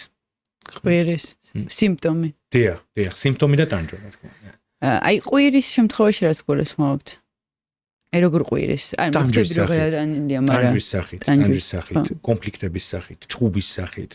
უკვე მუდმივი ისეთი მოქმედებების სახით, სადაც მე საკუთარ თავს მუდმივად განვაცდევინებ რაღაც პრობლემას. სულ ერთი და ხო, რაც მნიშვნელოვანია თქვენ ტრავმატიზმზე გკითხეთ. პროიც უკავშირდება ყველაფერი, ეს ბევრმა არ იცის, მაგრამ ახლა ჩვენ ამის გამო ვერ ვიქნებით უფრო მოკრძალებული, ვიდრე ვართ ფსიქოანალიზში, იმიტომ რომ დღეს ფსიქოანალიზის პოზიციები მნიშვნელოვნად არის შესუსტებული, ვიდრე მე-20 საუკუნეში იყო, მაგრამ მაინც ვიტყვით, რომ ერთ-ერთი მთავარი სიმპტომი ტრავმატიზმის, რომელიც ფროიდმა აღწერა და როცა ის აკვირდებოდა თავის შვილიშვილს, არის განმეორება, რეპეტიცია. გარკვეული თვალსაზრისით, ის რაც არ სიმბოლიზირდება, რაც არ იწერება ჩემ გამოცდილებაში, კიდევ ერთი ახალი ტერმინი მნიშვნელოვანი, რის ისტორიზაციაც არ ხდება, რომელსაც მე თხრობის სახით გადავცემ მომავალ თაობას, რაც ხელიდან უსხლტება სიმბოლიზაციაც, ანუ მატრამვირებელი მოვლენა, ყველაფერი მეორდება. და მეორდება სულ იქამდე ვიდრე ის არ იპოვის ადრესატს და იქამდე ვიდრე არ მოხდება მის სიმბოლიზაცია. ერთი და იგივე ფროიდი ამოწოდებს ერთი და იგივე ტირანიას. ერთი და იგივე ტირანია სუბიექტის ცხოვრებაში. აი სულ ასე ვარ, ყველა ურთიერთობაში ასე ვარ, ყველა სამსახურში ეს. აი მაგალითად დღეს მქონდა საუბარი ერთ ადამიანთან ბოდიში გაწყვეტინოთ, მაგრამ კარგი მაგალითი შეიძლება იყოს რაღაცა რიცხვი თქვა რა 10-დან 20-მდე დავიღოთ შეყვარებული დამშორდაო. და ჩემი ურთიერთობა არასდროს არ გამოდის რა, ვერ ვამყარებ ურთიერთობას მეორე სქესის ადამიანთან რა, ესეთი რაღაცა მითხრა და განმეორებადობაში მაგას გულისხმობთ? დიახ, იმას გულისხმობ, რომ რაც არ უნდა სხვადასხვა სცენარით ვითარდებოდეს მოვლენები, სუბიექტი ერთი და იგივე ფინალურობის წინაშეა. რის გამოც ჩნდება განცდა ადამიანთან, ხშირად სრულიად სამართლიანად, რომ ალბათ ეს ჩემი ბედია, ასეთი ბედი მაქვს, უბედური ვარ. უნდა დავიტანჯო, უბედური ვარ. ახლა ზოგი კოუჩი ამბობს, ეს არ თქვა და ასე შემდეგ, მაგრამ როდესაც ერთი და იგივე მემართება, უკაცრავად, მაგრამ როგორ არ თქვა? ვიტანჯები და. დიახ, როგორ არ თქვა? ამიტომ ამას ფროიდი ეძახის ნევროზ დუ დესტინ, ბედის ფრანგულად დესტინალ, ნევროზ დესტინალ. ნევროების კი ბედის ნევროზი. და თქვენ იცით რომ მთელი კოუჩები, კითხავები, კიდე რა ქვია იმათ მამაოებიც მათ შორის ნაწილობრივ და რელიგიური პირებიც დაკავებული არიან რითი რომ ადამიანთან ეს გატეხონ ეს ნავსი, ეს ბოკლომი, მაგალითად ქალი ძალიან ხშირად მიდის რომ კითხავთან და კითხავი უნება ბედი გაქვს შეკრული, ბედის წერა, ან ეს მაწერია შუბლზე, ამას ვერ ავწდები. რატომ? იმიტომ რომ ამაში არაფერი ეზოთერიული არ არის, არამედ საქმე ეხება გარკვეულ არაცნობიერ შინაარსებს, განდევნილს, ხშირად მატრამვირებელი მნიშვნელობის შინაარსებს, რომლებიც შეიძლება მემეკუთვნოდეს ან ეკუთვნოდეს სხვას, ეს სხვა ყოველთვის არის მშობლების სხვა, ხშირ შემთხვევაში ჩემს სხეულში, ჩემ სოციალურ ცხოვრებაში, ჩემ კულტურულ ცხოვრებაში, ჩემ ძილში და სიზმრებში მეორდება და როდესაც გადის წლები და მე ერთი და იგივე სიმპტომის და ერთი და იგივე სტერეოტიპული ტანჯვის წინაშე ვარ, ასეთ შემთხვევაში მე ვამბობ, რომ მე ვარ უბედური, იმიტომ რომ ჩემი ბედი ერთნაირად მიმდინარეობს და მე მას ვერ ვცვლი. ანუ ფროიდი და ფსიქოანალიტიკოსი იტყოდა ამ შემთხვევაში, რომ ჩვენი ცხოვრება ასეთ შემთხვევაში არის არაცნობიერი შინაარსებით, ხშირად მატრამვირებელი სიგნიფიკაციის შინაარსებით, არა უბრალოდ დეტერმინირებული, არამედ ზედეტერმინირებული. ამიტომ არის რომ მე ვარ მიჯაჭვული საკუთარ ტრავმებს და საკუთარ და ჩემი მშობლების ცხოვრებას. ხო, და აი მშობლები, მაგრამ მშობლებს აი ხო არის შეიძლება რომ მათმა მშობლებმა გადასცეს და კიდე იმის უკან და უკან, შეიძლება ესე თაობებს გადაეცემოდეს მაგალითად ეს ყველაფერი? ის რა მე ესე შორს ვერ წავალ, იმიტომ რომ მაინც ამდენი ძალიან ხშირად არის ტრანსგენერაციული ტრავმა. ამ სიტყვის ესე გამოყენებაც არ შეიძლება, ყოველ ჯერზე რომ არ გადა მე ვარ მატარებული ზოგიერთი იდეალიზაციას ახდენს საკუთარი ტრანსგენერაციული ტრავმისა. ამაყობს მეცი ხო? რომ ჩემი მშობლები რეპრესირებულები იყვნენ და ის აბუალმა გადამისახლეს და ვაკეშეჭირეთ გამიგიეთ. ხო და მე არ ურჩევ არავის ამის იდეალიზაციას, ჯობია რამე სხვა რამე შეიქონ თავი, მაგრამ ყოველ შემთხვევაში ტრანსგენერაციულობის ნიშნულობა არ უნდა გავაზვიადოთ. ჩემი აზრი ეს. გასაგებია. იმიტომ რომ არიან ადამიანები, რომლებიც მართლა იტანჯებიან ამით. კი, და ეხლა არიან ადამიანები, რომლებიც ამით კეკლუცობენ. კეკლუცობენ, კი, მართლა, აი თანამედროვეობაში და დღევანდელობაში მართლა არის ეგ რა, რომ აი ტრავმებზე მუშაობ. ეს რაღაც ისეთი ტრენდული ეს არის ამბავი არის. არის ეს ტრავმებზე მუშაობ. თქვენ ჩვენ როცა ვიღებთ ადამიანს თლიანად და არა იმის რომელიმე ალკოჰოლ ტრავმასა. და აი განკურნება ესეთი ტერმინი არსებობს? ტრავმის განკურნება? სრული არა. არა? არასდროს. ახლა როცა ტრავმაზეა ლაპარაკი, აქ ზიანდება ფსიქიკური სხეული, რომელიც რეგენერაციას სრულად არასდროს ექვემდებარება. ამიტომ შეიძლება ითქვას, რომ ტრავმა წარუშლელ კვალს ტოვებს ადამიანის ცხოვრებაში. გაცნობიერება, აი რას ვეძახით, როდესაც აი თქვენ მაგალითად ფსიქოანალიტიკოსი ჩათვლით, რომ აი ეს არ ვიცი შეიძლება არასწორად ვარ უგუნირებდი, მაგრამ შეიძლება ნახეთ რაში თქვენ კარგი სიტყვა ახსენეთ გაცნობიერება. თუ შეიძლება ტრავმის გადაღლახვა გაცნობიერება. რა თქმა უნდა არა. არა. რატომ? იმიტომ რომ მე ვაცნობიერებ შინაარსებს, მნიშვნელობებს.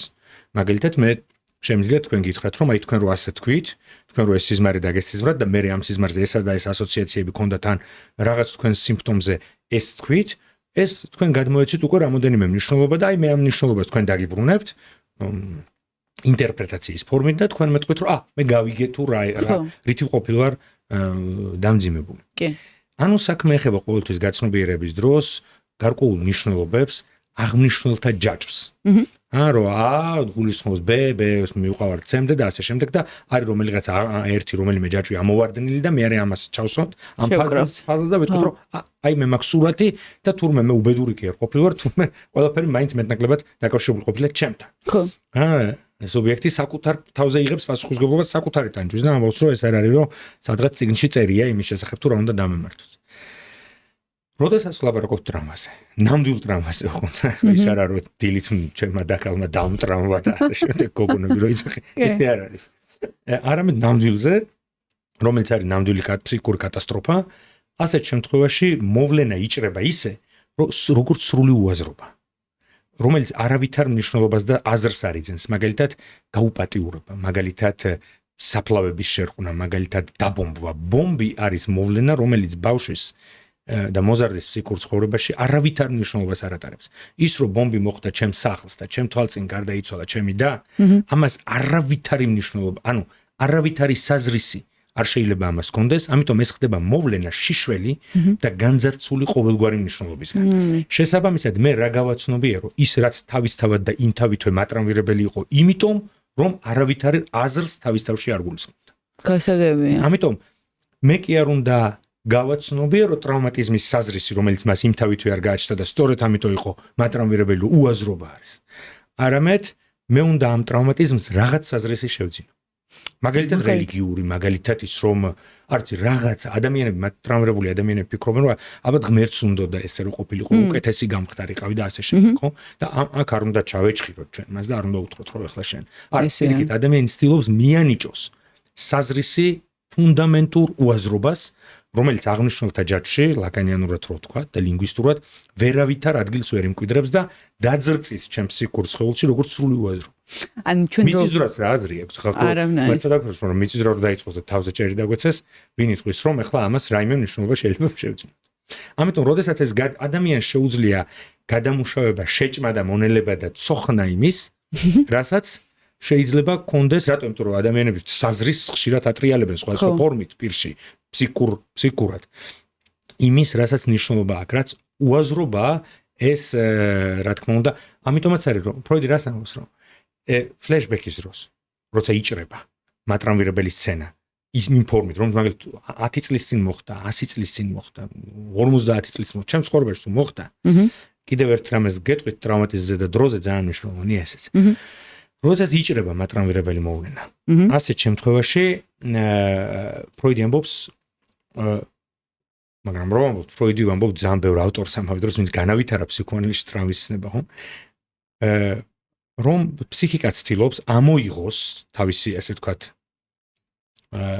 წიაღიდან მატრამირებელი მოვლენა ხელახალი გადაღეჭვის მცდელობით რომ უკან ჩააბრუნოს რომ რეინტეგრაცია მოახდინოს გესმით ისევ დგამ სცენას რომ მე მოვასწრო გასაგები ტრავმატიზმი სპეციალურად ვქმნი ისეთ სცენარებს რომ ის მოხდეს ავტომატიზმს მიმართავს ავტომატიზმში მენტალური ავტომატიზმის დონეზე ნუ ეს სხვა ტერმინი მენტური ფსიქიკური ავტომატიზმია ესეც ნუ არა კლერამბოსეულო ის სხვა რამეს ნიშნავს როდესაც ტრავმატიზმი განიცდის აქტუალიზაციას იმიტომ რომ მე მოვიხელთო და დავიჭირო მეტრიზ როგორ არის ქართულად ეს თქვა მეტრიზ არის დავიმორჩილო დავიქვემდებარო სიტუაცია რომელიც ჩემს კონტროლს ხელიდან გაუსხლტა ტრავმატიზმის მომენტში თავის დროზე ხო თავის დროზე და ამიტომ როდესაც რაღაც მატრამირებ მაგალითად დავიღოთ ლამაზი მოგონება ან ცუდი მოგონება თუ თქვენ ამ მოგონების მოყოლას ეცდებით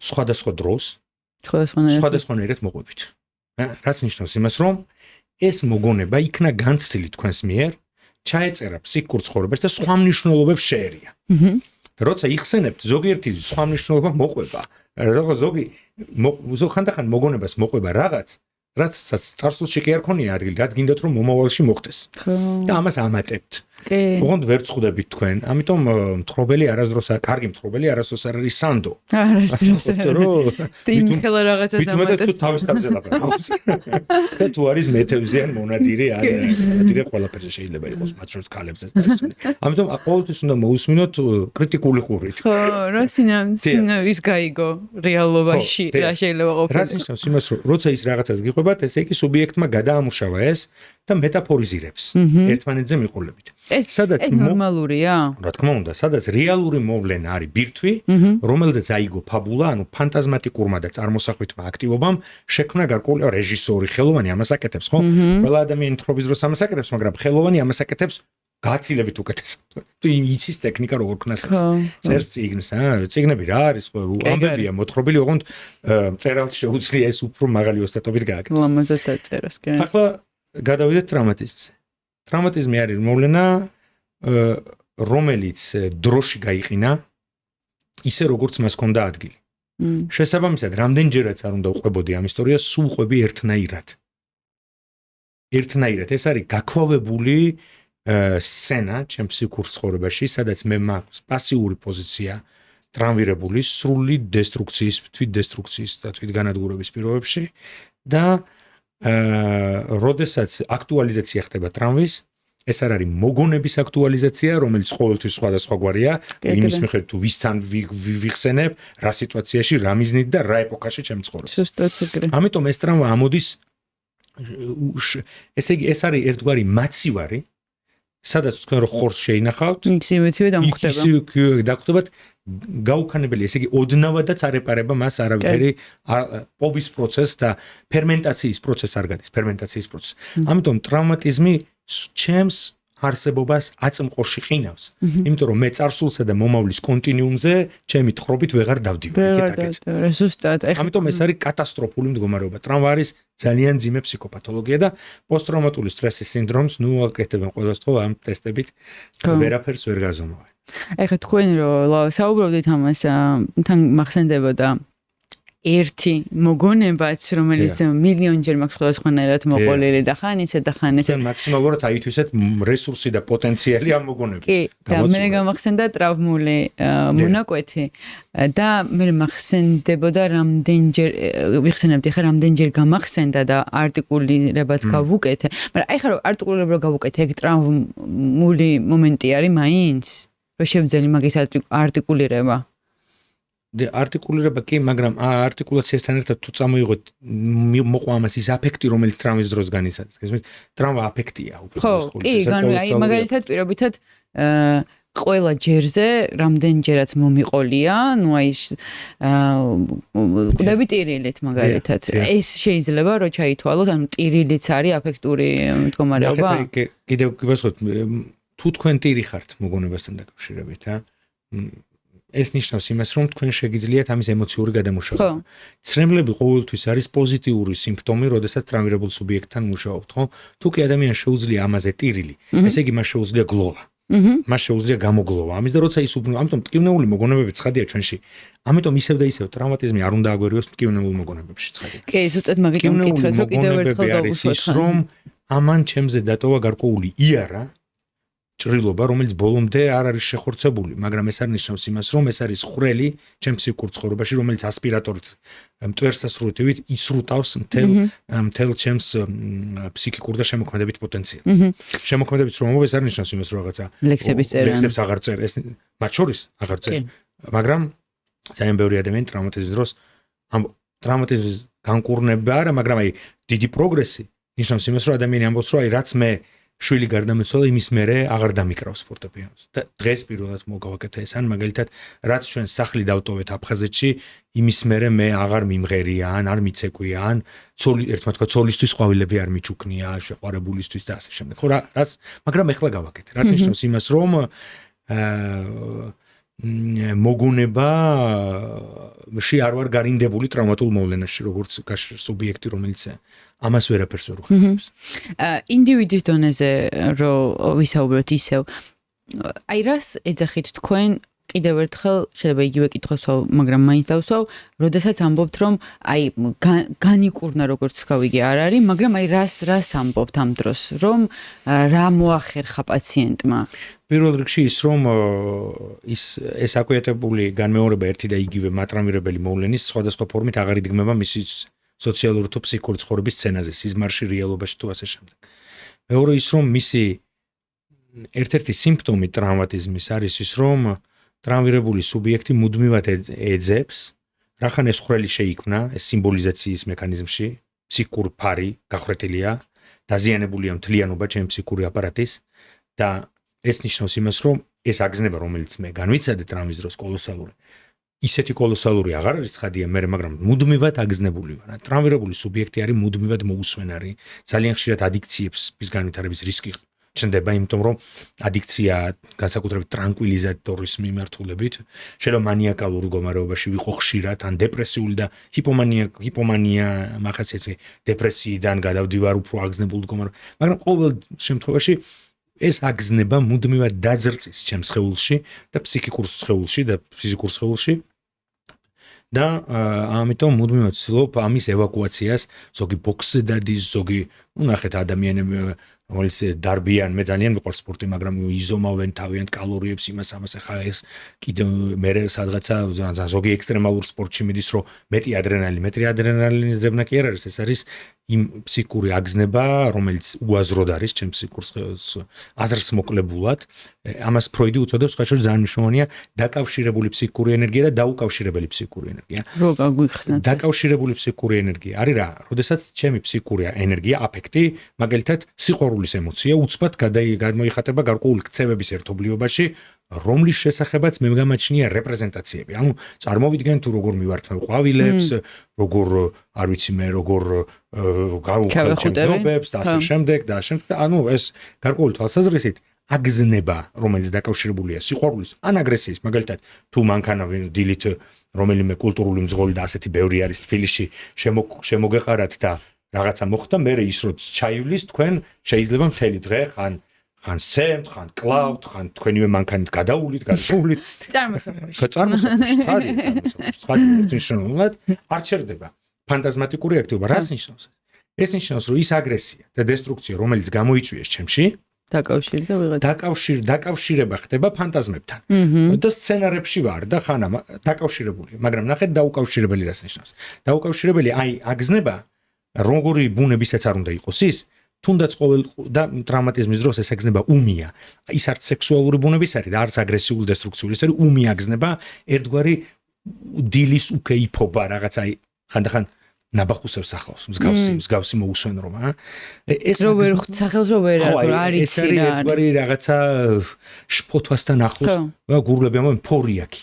ხო, კაი სიტყვა. ამიტომ ეს გენერალიზებული ფორიაკი არის სწორედ მდგომარეობა, რომელიც არის დაუკავშირებელი ფსიქიკური ენერგია. რატომ? იმიტომ რომ ამ ფორიაკს არ ახლავს არც ფანტაზმი, არც წარმოსახვა, არც პოეზია, არც ობიექტი, ხო, არა. ობიექტი და თუ გაუჩნდა ობიექტი მტრისას, იმიტომ რომ კარგი დღე იმას არ დაადგება, რატომ? იმიტომ რომ ბრუტალურად ხდება შეფრქვევა მათ შორის სხვაზე ამ დესტრუქციის.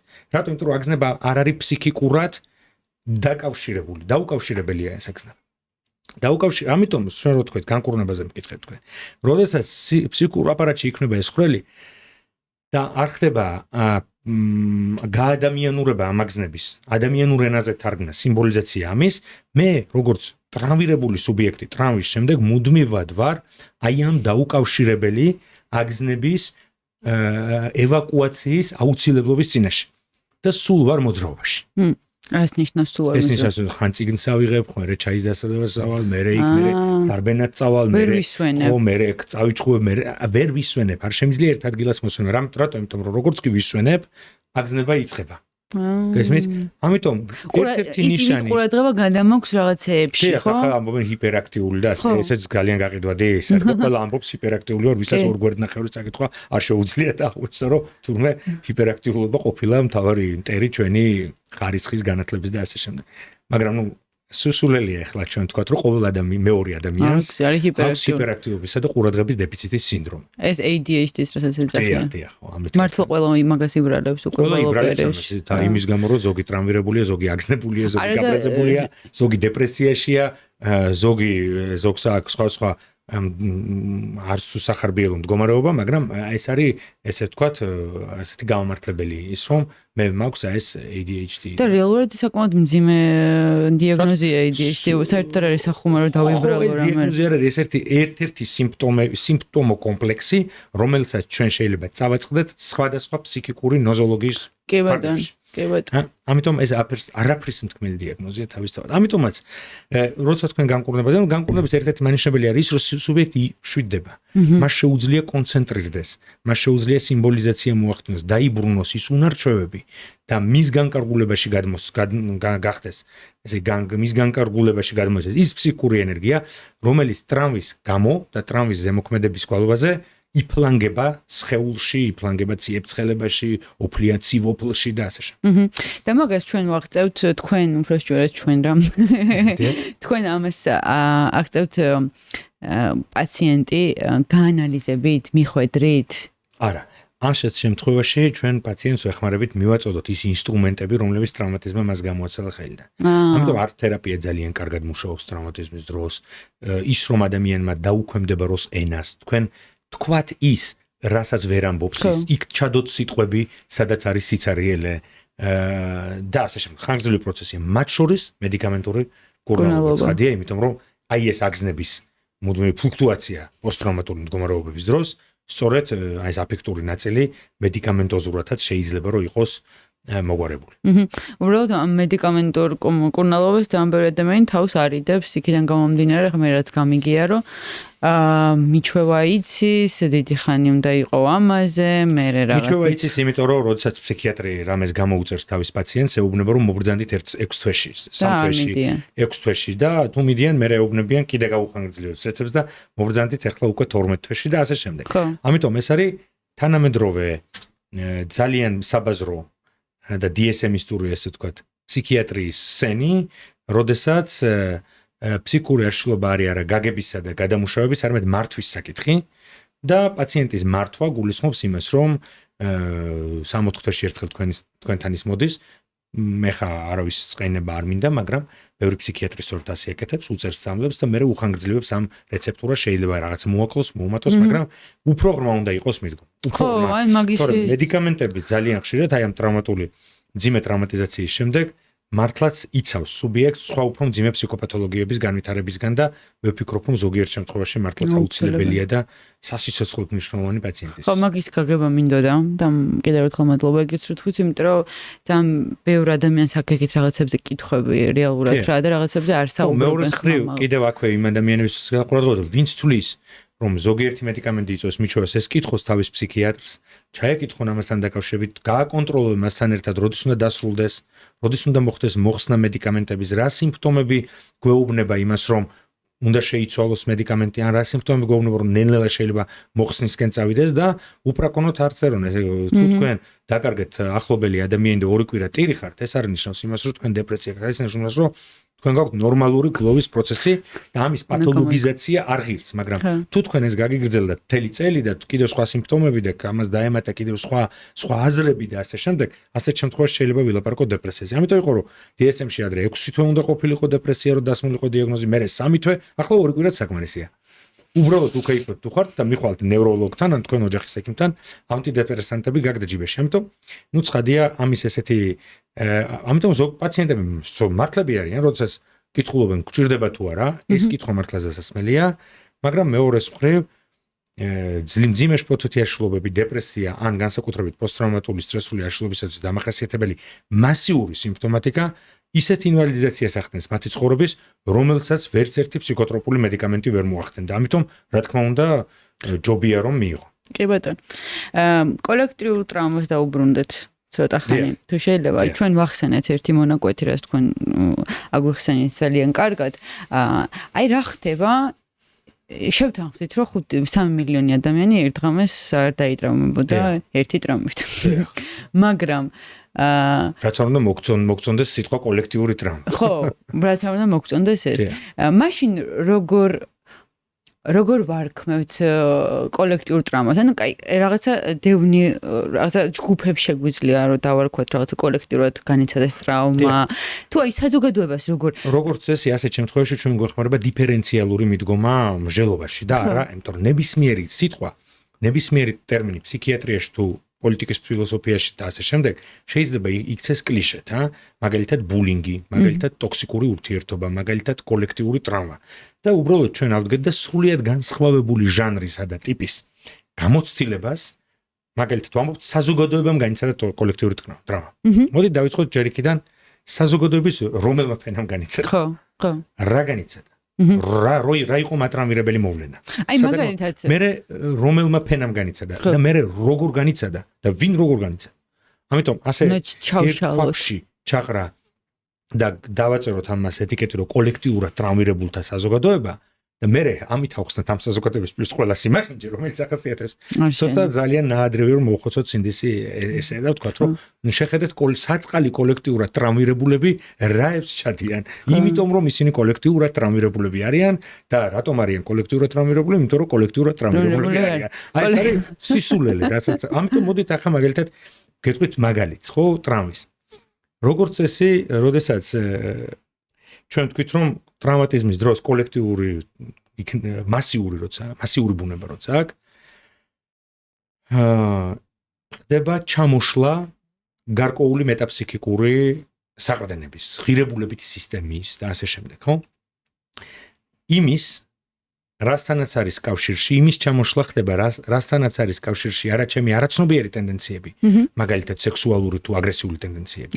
თუ სასწორობა, არამედ იმის ჩამოშლა ხდება რასთანაც კავშირში არის ჩემი მეიდეალი და სუპერეგო. რას ნიშნავს იმას, რომ იმისთვის რომ მე მოქალაქე ვიყო, უნდა ვიცოდე ვინ ვარ ახლა, როცა ბავშვი ვარ, ან მოზარდი განსაკუთრებით, როგორი მინდა ვიყო და ვინ არიან ისინი, როგორიც მინდა რომ ვიყო. ანუ გარკვეული თვალსაზრისით და ეს მოზარდობის შემთხვევით ყოველთ არ მომიყვანია, მოზარდი არის სუბიექტი, რომელიც ანგრევს მშობლების იდეალს, ცხადია ის ხდება რომ მამა არ არის ესეთი ძლიერი და ყოველთვის მართალი, დედა არ არის ესეთი ყოველთვის კეთილი და კარგი, რომ ისინი არიან ჩვეულებრივი ადამიანები და მათ თვალში ინგრევა მშობლების ფიგურები და ისინი მიჯაჭვულები არიან ამ მშობლებზე, იმიტომ რომ მათში ინფანტილური კომპონენტები ძალიან წარმოდგენილია. ისინი ცდილობენ ამ მიჯაჭვულობისგან განთავისუფლებას, უტევენ მშობლებს, მშობლები ამას განიცდიან მძიმედ, ბავშვი აღარ არის, ხდება მისი ბავშვობის გამოგლოვა. მოზარდი გამოიგლოს მშობლებს, როგორც იდეალებს და ასე შემდეგ, მოკლედ ოჯახში სერიოზული პრობლემა. ხო? მაგრამ მოზარდი, როდესაც ამ იდეალებს უტევს, ეს არ ნიშნავს იმას, რომ მას სურს ხოს цариელტარიელი, ესე იგი, მას სურს იპოვოს ინსტიტუციებში, სკოლაში, უნივერსიტეტში, საზოგადოებაში ახალი იდეალები, რომლებთანაც ის იდენტიფიცირდება დროებით, გარდამავალი იდენტიფიკაციებია ეს, მაგალითად ზოგიერთი როკ მომღერალთან, ზოგიერთი სპორტსმენთან, ზოგიერთი ჩვენ დროში მე როცა ვიყავით 11-12 წელს ხო ბრიუს ლი, ჩაკ ნორისი, ზოგიერთი იყო როკ მომღერლები, პლაკატები, დახეული ჯინსები და ასე შემდეგ. შავი მანიკურები. დიახ, ეს ჭირდება მოზარდს იმისთვის და ნელ-ნელა ეს იდეალები იხვეწება, მე მოზარდი ხედავს რომ ვიღაც კარგად სწავლობს, ვიღაცას გაიტაცებს ფიზიკა, მათემატიკა, ვიღაც ასტრონომია და ასე შემდეგ. საბოლოო ჯამში მას სჭირდება იდეალების მთელი შემოთავაზება, იმისთვის რომ მან იპოვოს თავისი თავი და საბოლოო ჯამში ეს იდენტიფიკაციები, რა თქმა უნდა, როცა 14 წლის ასაკში გოგონა შავ მანიკურებს ისვამს, ის 44 წლის ასაკში იგივეს არ გააკეთებს, სასურველია, თუ არა მასკარადისთვის, მაგრამ ყოველ შემთხვევაში ეს იდენტიფიკაციები კრისტალიზირდება რაღაც ასაკში, როგორც ჩემი იდენტობა, რომელიც მეტნაკლებად მყარი კონსტრუქცია, ხო? იდენტობაზე არ ვილაპარაკო, მართლა ძალიან რთული საკითხია და თანაც არ არის სფერო, რომელზეც მე შეიძლება ვილაპარაკო. კი ბატონო. და კოლექტიური ტრამვის დროს ხდება ჩამოშლა, საერთოდ მოზარდებზე რო დავასრულოთ ლაპარაკი, დღეს თანამედროვე სამოხმარებლო საზოგადოება აი ამ იდეალების ბაზარზე დახლზე iPhone-ის გარდა ვერაფერს ვერ თავაზობს მას. ეს არის უარესაც, არა მხოლოდ iPhone-ს. და თუ რა თქმა უნდა ამ ადგილზე გაჩნდა ნარკოტიკი, ან ლიდერი, ან სექტის ლიდერი, გარკვეული რელიგიური ფიგურა და ასე შემდეგ, ასეთ შემთხვევაში უფრო უარესაც შეიძლება. ძველი ბიჭი, ქუჩის ბიჭი, ქურდი და ასე შემდეგ. ეს ნიშნავს იმას, რომ დღეს იდეალების ბაზარი საქართველოში განსაკუთრებით მოზარდებისთვის ისეთი ღარიბია, როგორც არასდროს ყოფილა. ამიტომაც ჩვენ ყავს ძალიან ბევრი დეზორიენტირებული რეალობაში მოზარდის სუბიექტი, რომელიც ეძებს საკუთარ იდენტობას.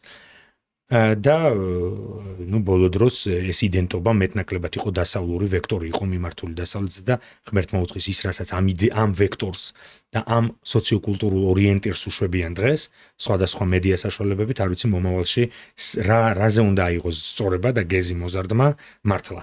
ეს არის მართლა ძალიან სერიოზული კითხვა, არა ჩემთვის, იმიტომ მე 42 წელს ვარ არამედ ყველა მათთვის, ვინც ეხლა არის იდენტობის კონსტრუირების პროცესში, მაგრამ ახლა რა ხდება ჩემთვის და სხვებისთვის, ხო? არაფერი კარგი არ ჩვენთვის. როდესაც ხდება კოლექტიური მასიური ბუნება როცა აქვს ტრაუმატიზმს, ინგრევა ის იდეოლოგიური სისტემა ან იდეალები, რომლის გარშემოც დიურქეიმი მაგალითად ამბობდა, რომ ყველა საზოგადოება არის გაერთიანებული, ხო? იდეალი არის ის, რაც აორგანიზებს საზოგადოებას, აერთიანებს. და ამ ჩამოშლის პერიოდში ეს იდეალები, ეს რის გამოც კონსოლიდირებული არის მოქალაქე და მოქალაქეები ის შეიძლება იყოს ძალადობრივად ჩამოშლილი, ან უბრალოდ ჩამოშლილი, როგორც საბჭოთა კავშირის ჩამოშლა იყო, არა, აკციდენტალური ნგრევა რაღაცა. და საბჭოთა კავშირი დაიშალა მაგას გულისხმობთ? დიახ. ამიტომ ეს ჩამოშლა დიდი ზღვის იდეალების ყოველთვის მემაყენებს გარკვეული იდეოლოგიური და იდეალების სიცარიელის წინაშე, რაც ძალიან ხშირად გულისხმობს არა პოსტტრავმატული სტრესული აშლილობისათვის დამახასიათებელ სიმპტომს და სინდრომს, რომელსაც ჩვენ სუბიექტთან და ინდივიდთან ვაკვირდებით, არამედ გულისხმობს ტოტალურ დეპრესიას, ტოტალურ მელანქოლიზაციას უიმედობა შეგვიძლია დავარქვათ, რომელიც მერე ითარგმნება ისეთ სიმპტომებში, როგორც არის მაგალითად დეპრესიისა და გლოვის ალკოჰოლიზაცია, ტოქსიკომანია, სხეულის დაზიანების კლინიკა და ასე შემდეგ და ასე შემდეგ. ამიტომ კოლექტიურ ტრამვაზე ჩვენ თუ ვისაუბრებთ, ჩვენ ვსაუბრობთ დანაკარგზე. ეს დანაკარგი შეიძლება იყოს როგორც მატერიალური ომის დროს და დევნილობის დროს, ასევე მატერიალური დანაკარგი არასდროს არ არის მხოლოდ მატერიალური, მას აქვს სიმბოლური მნიშვნელობა. მაგალითად, მშობლების თაობამ საბჭოთა კავშირის გრევის შემდეგ დაკარგა მათ დასცინიან რატომ მისტერი ხართ საბჭოთა კავშირში, მაგრამ უკაცრავად, მაგრამ დღეს ახალგაზრდები როდესაც კაფეში შედიან, ერთი იხდის თავის მწვანე ჩაის და მეორე თავის ხილის სვენს. იმიტომ რომ ისინი ამბობენ რომ ფულის დაზოგვას აქვს დიდი მნიშვნელობა. მაგრამ თუ კი ისინი გაიგებდნენ ერთ დღეს, რჩენიერ დღეს რომ მათ იმუშავეს სადღაც 10-15 წელი კაფეში, რესტორანში, სასტუმროში ან სადმე სხვაგან ფაბრიკაში და მთელი დანაზოგი მაგალითად $30,000 ერთ დღეს გაქრა, მაშინ მე ვკითხავდი მათ საჭიროა თუ არა დავცინოთ იმ თაობას, რომელმაც ამის გამო განიცადა ტრაუმა. ამიტომ როცა ვლაპარაკობთ ჩვენ დანაკარგზე, ან კოლექტიურ ტრაუმაზე, ვლაპარაკობთ დანაკარგზე სხვადასხვა რეგისტრში, რეალურის რეგისტრში, იმიტომ რომ ფული არის რეალურის რეგისტრი, როდესაც ჯიბეში ვიყო ხელზე, არაფერი არ მაქვს. განცდები, რომლებიც მეუფლება სრულიად რეალისტურია. აბსოლუტურად. ისე როგორც დაავადება, მაგალითად, ფული ამით გავს უფულობა ამით გავს ავადმყოფობას. მეორე ეს არის რომ სიმბოლური დანაკარგი, სიმბოლური, იმიტომ რომ ისე ფულზე რო ავიღოთ, სწორედ ყველაზე მარტივია, ხო არ ვაბობ რა, ბაბუა ჩემის დატოვებულ რაღაცა თოფს ან სურათების ალბომს ან მაღალი სიმბოლური მნიშვნელობის ობიექტებს. და დაკავშირებები რასთან? რა თქმა უნდა, უბრალოდ ავიღოთ ფული ყველაზე მარტივია, რა. როდესაც ფულს კარგავ, ეს ნიშნავს იმას, რომ მე კარგავ გარკვეულ კომპონენტს ძალაუფლების შემძლეობის უпростоრად უძლურებაში ვარ, ფინანსურ უძლურებაში, შესაბამისად ყველა უძლურება ახლავს თან ამას და ამავე დროს მე მაგ განცდა ძალადობის, რომ ჩემზე იზელდეს და მომპარეს პატივაყრილი ვარ და ვერ ვინელებ და ის რაც იყო კომპენსაცია ჩემის შრომის არის თლიანად წყალში შეღრილი, ხო? ამიტომ ნან მაგალითად როცა ვკარგავ სამსახურზე, საბჭოთა კავშირის გრევის შემდეგ სამსახური დაკარგა ყველა აბსოლუტურად. და ეს რაც ნიშნავს? ეს ნიშნავს იმას, რომ მე ვკარგავ ფულს, მე ვკარგავ ადგილს საზოგადოებაში, იმიტომ რომ მე ვიძახი რომ მე ვარ მაგალითად კერავი, მე ვარ მასწავლებელი, მე ვარ, არ ვიცი, მწოლი და ასე შემდეგ და რა პროფესიების აღნიშნული სიტყვები იკარგება, ხო? მე ვკარგავ იმას, რასთანაც ვიყავი იდენტიფიცირებული და რაც განაპირობებდა ნაწილობრივ თუ არა მთლიანად ჩემს იდენტობას. ამიტომ როცა ვლაპარაკობთ კოლექტიურ ტრამვაზე, მე ვკარგავ არა ლიბიდინალურ ობიექტებს, როგორც მაგალითად ინდივიდუალური ტრამვის დროს სიყვარულის ობიექტს, არამედ მე ვკარგავ ობიექტებს, რომლებიც იყო ჩემი იდენტობის მასტრუქტურირებელი მნიშვნელობის მქონე და ჩემი იდეალების ნაწილი. ამიტომ მე ვარ როგორც პატივაყრილი, ასევე იდენტობა შერხეული სუბიექტი და ამიტომაც არის სწორედ რომ ძალიან ბევრი წინასაარჩევნო კამპანიის დროს სხვადასხვა პარტია, ოპოზიციური, პოზიციური და ასე შემდეგ ყვიროდა ჩვენ ხალხს დაუბრუნებთ ღირსებას. და ყველა ეძახდა როგორ უნდა დაგაკარგინოს ღირსება ნაციონალურ მოძრაობამ ან კოცებმა, როგორ უნდა დაგაკარგინოს ღირსება, მაგრამ სინამდვილეში საქმე ეხება კოლექტიურ ტრამვას, ანუ მდგომარეობას, როდესაც ჩვენი მშობლების და მათი მშობლების თაობამ გარკვეული პერიოდის განმავლობაში განიცადეს დაკარგვა ღირსება. ყველაზე მეტად აქტიური ვინ იყო ამ ღირსების მოპოვების საქმეში, ესენი იყვნენ ის ადამიანები და ის ფენა სოციალური, რომელიც ძალიან პრივილეგირებული იყო საბჭოთა კავშირის დროს. თორემ ბაბუა ჩემს რა უნდა დაეკარგა, ერთი თოხი ჰქონდა და ერთი ცალუღელა ხარი. და ის რომ საბჭოთა კავშირის პერიოდშიც ჰქონდა და დანგრევის შემდეგაც, მაგრამ ვისაც უფრო მეტი ჰქონდა, იმას მეტი დაკარგეს ადგილი. როგორ შეიძლება მე პროფესორი ვიყავი უნივერსიტეტში, რა თქმა უნდა, ჩვენ ახლა ცოტა ვაშარժებთ, მაგრამ მათთვის ეს იყო მძიმე ტრამვა. რა თქმა უნდა. ანუ ფაქტობრივად თქვენ რას თქვით, რომ ამიტომ კოლექტიური ტრამვა ყოველთვის გულისხმობს რაღაც ისეთი ელემენტების დაკარგვას, რომელსაც მაღალი სიმბოლური მნიშვნელობა აქვს ჩემთვის, რომელიც განაპირობებს ჩემს იდენტობას, რომელიც შემადგენელია ჩემი მეიდეალის სტრუქტურის და რომელიც მე ხელს მიწყობს ვიყოს საზოგადოების წევრი. და ამ დანაკარგის შემდეგ მე აღარ ვარ საზოგადოების სრულფასოვანი წევრი. არავინ არ ვარ. კი ბატონო. და ამ შემთხვევაშიც აი კოლექტიურ ასეთ დიდ ტრავმაზე როცა ვსაუბრობთ, ჩდება ეს უიმედობა ჩდება რომ არაფერს აზრი არ აქვს. მაშინ კოლექტიურ ტრავმას როგორ უნდა მოვუაროთ? ფუნქციონალოს არ ვიტყვი, როგორ უნდა მოვუაროთ? რა არის მაგის გასაღები? ამის გასაღები არის დრო. მხოლოდ და მხოლოდ? ანუ ეს თაობა უნდა გარდაიცვალოს? არა, სველი არ არის. თქვენ ძალიან შელოთ. ხო, მაგრამ ანუ დრო რას იზამს? დრო იმას იზამს, რომ მე ამ მემკვიდრეობას მივიღებ და მივცემ ფორმას.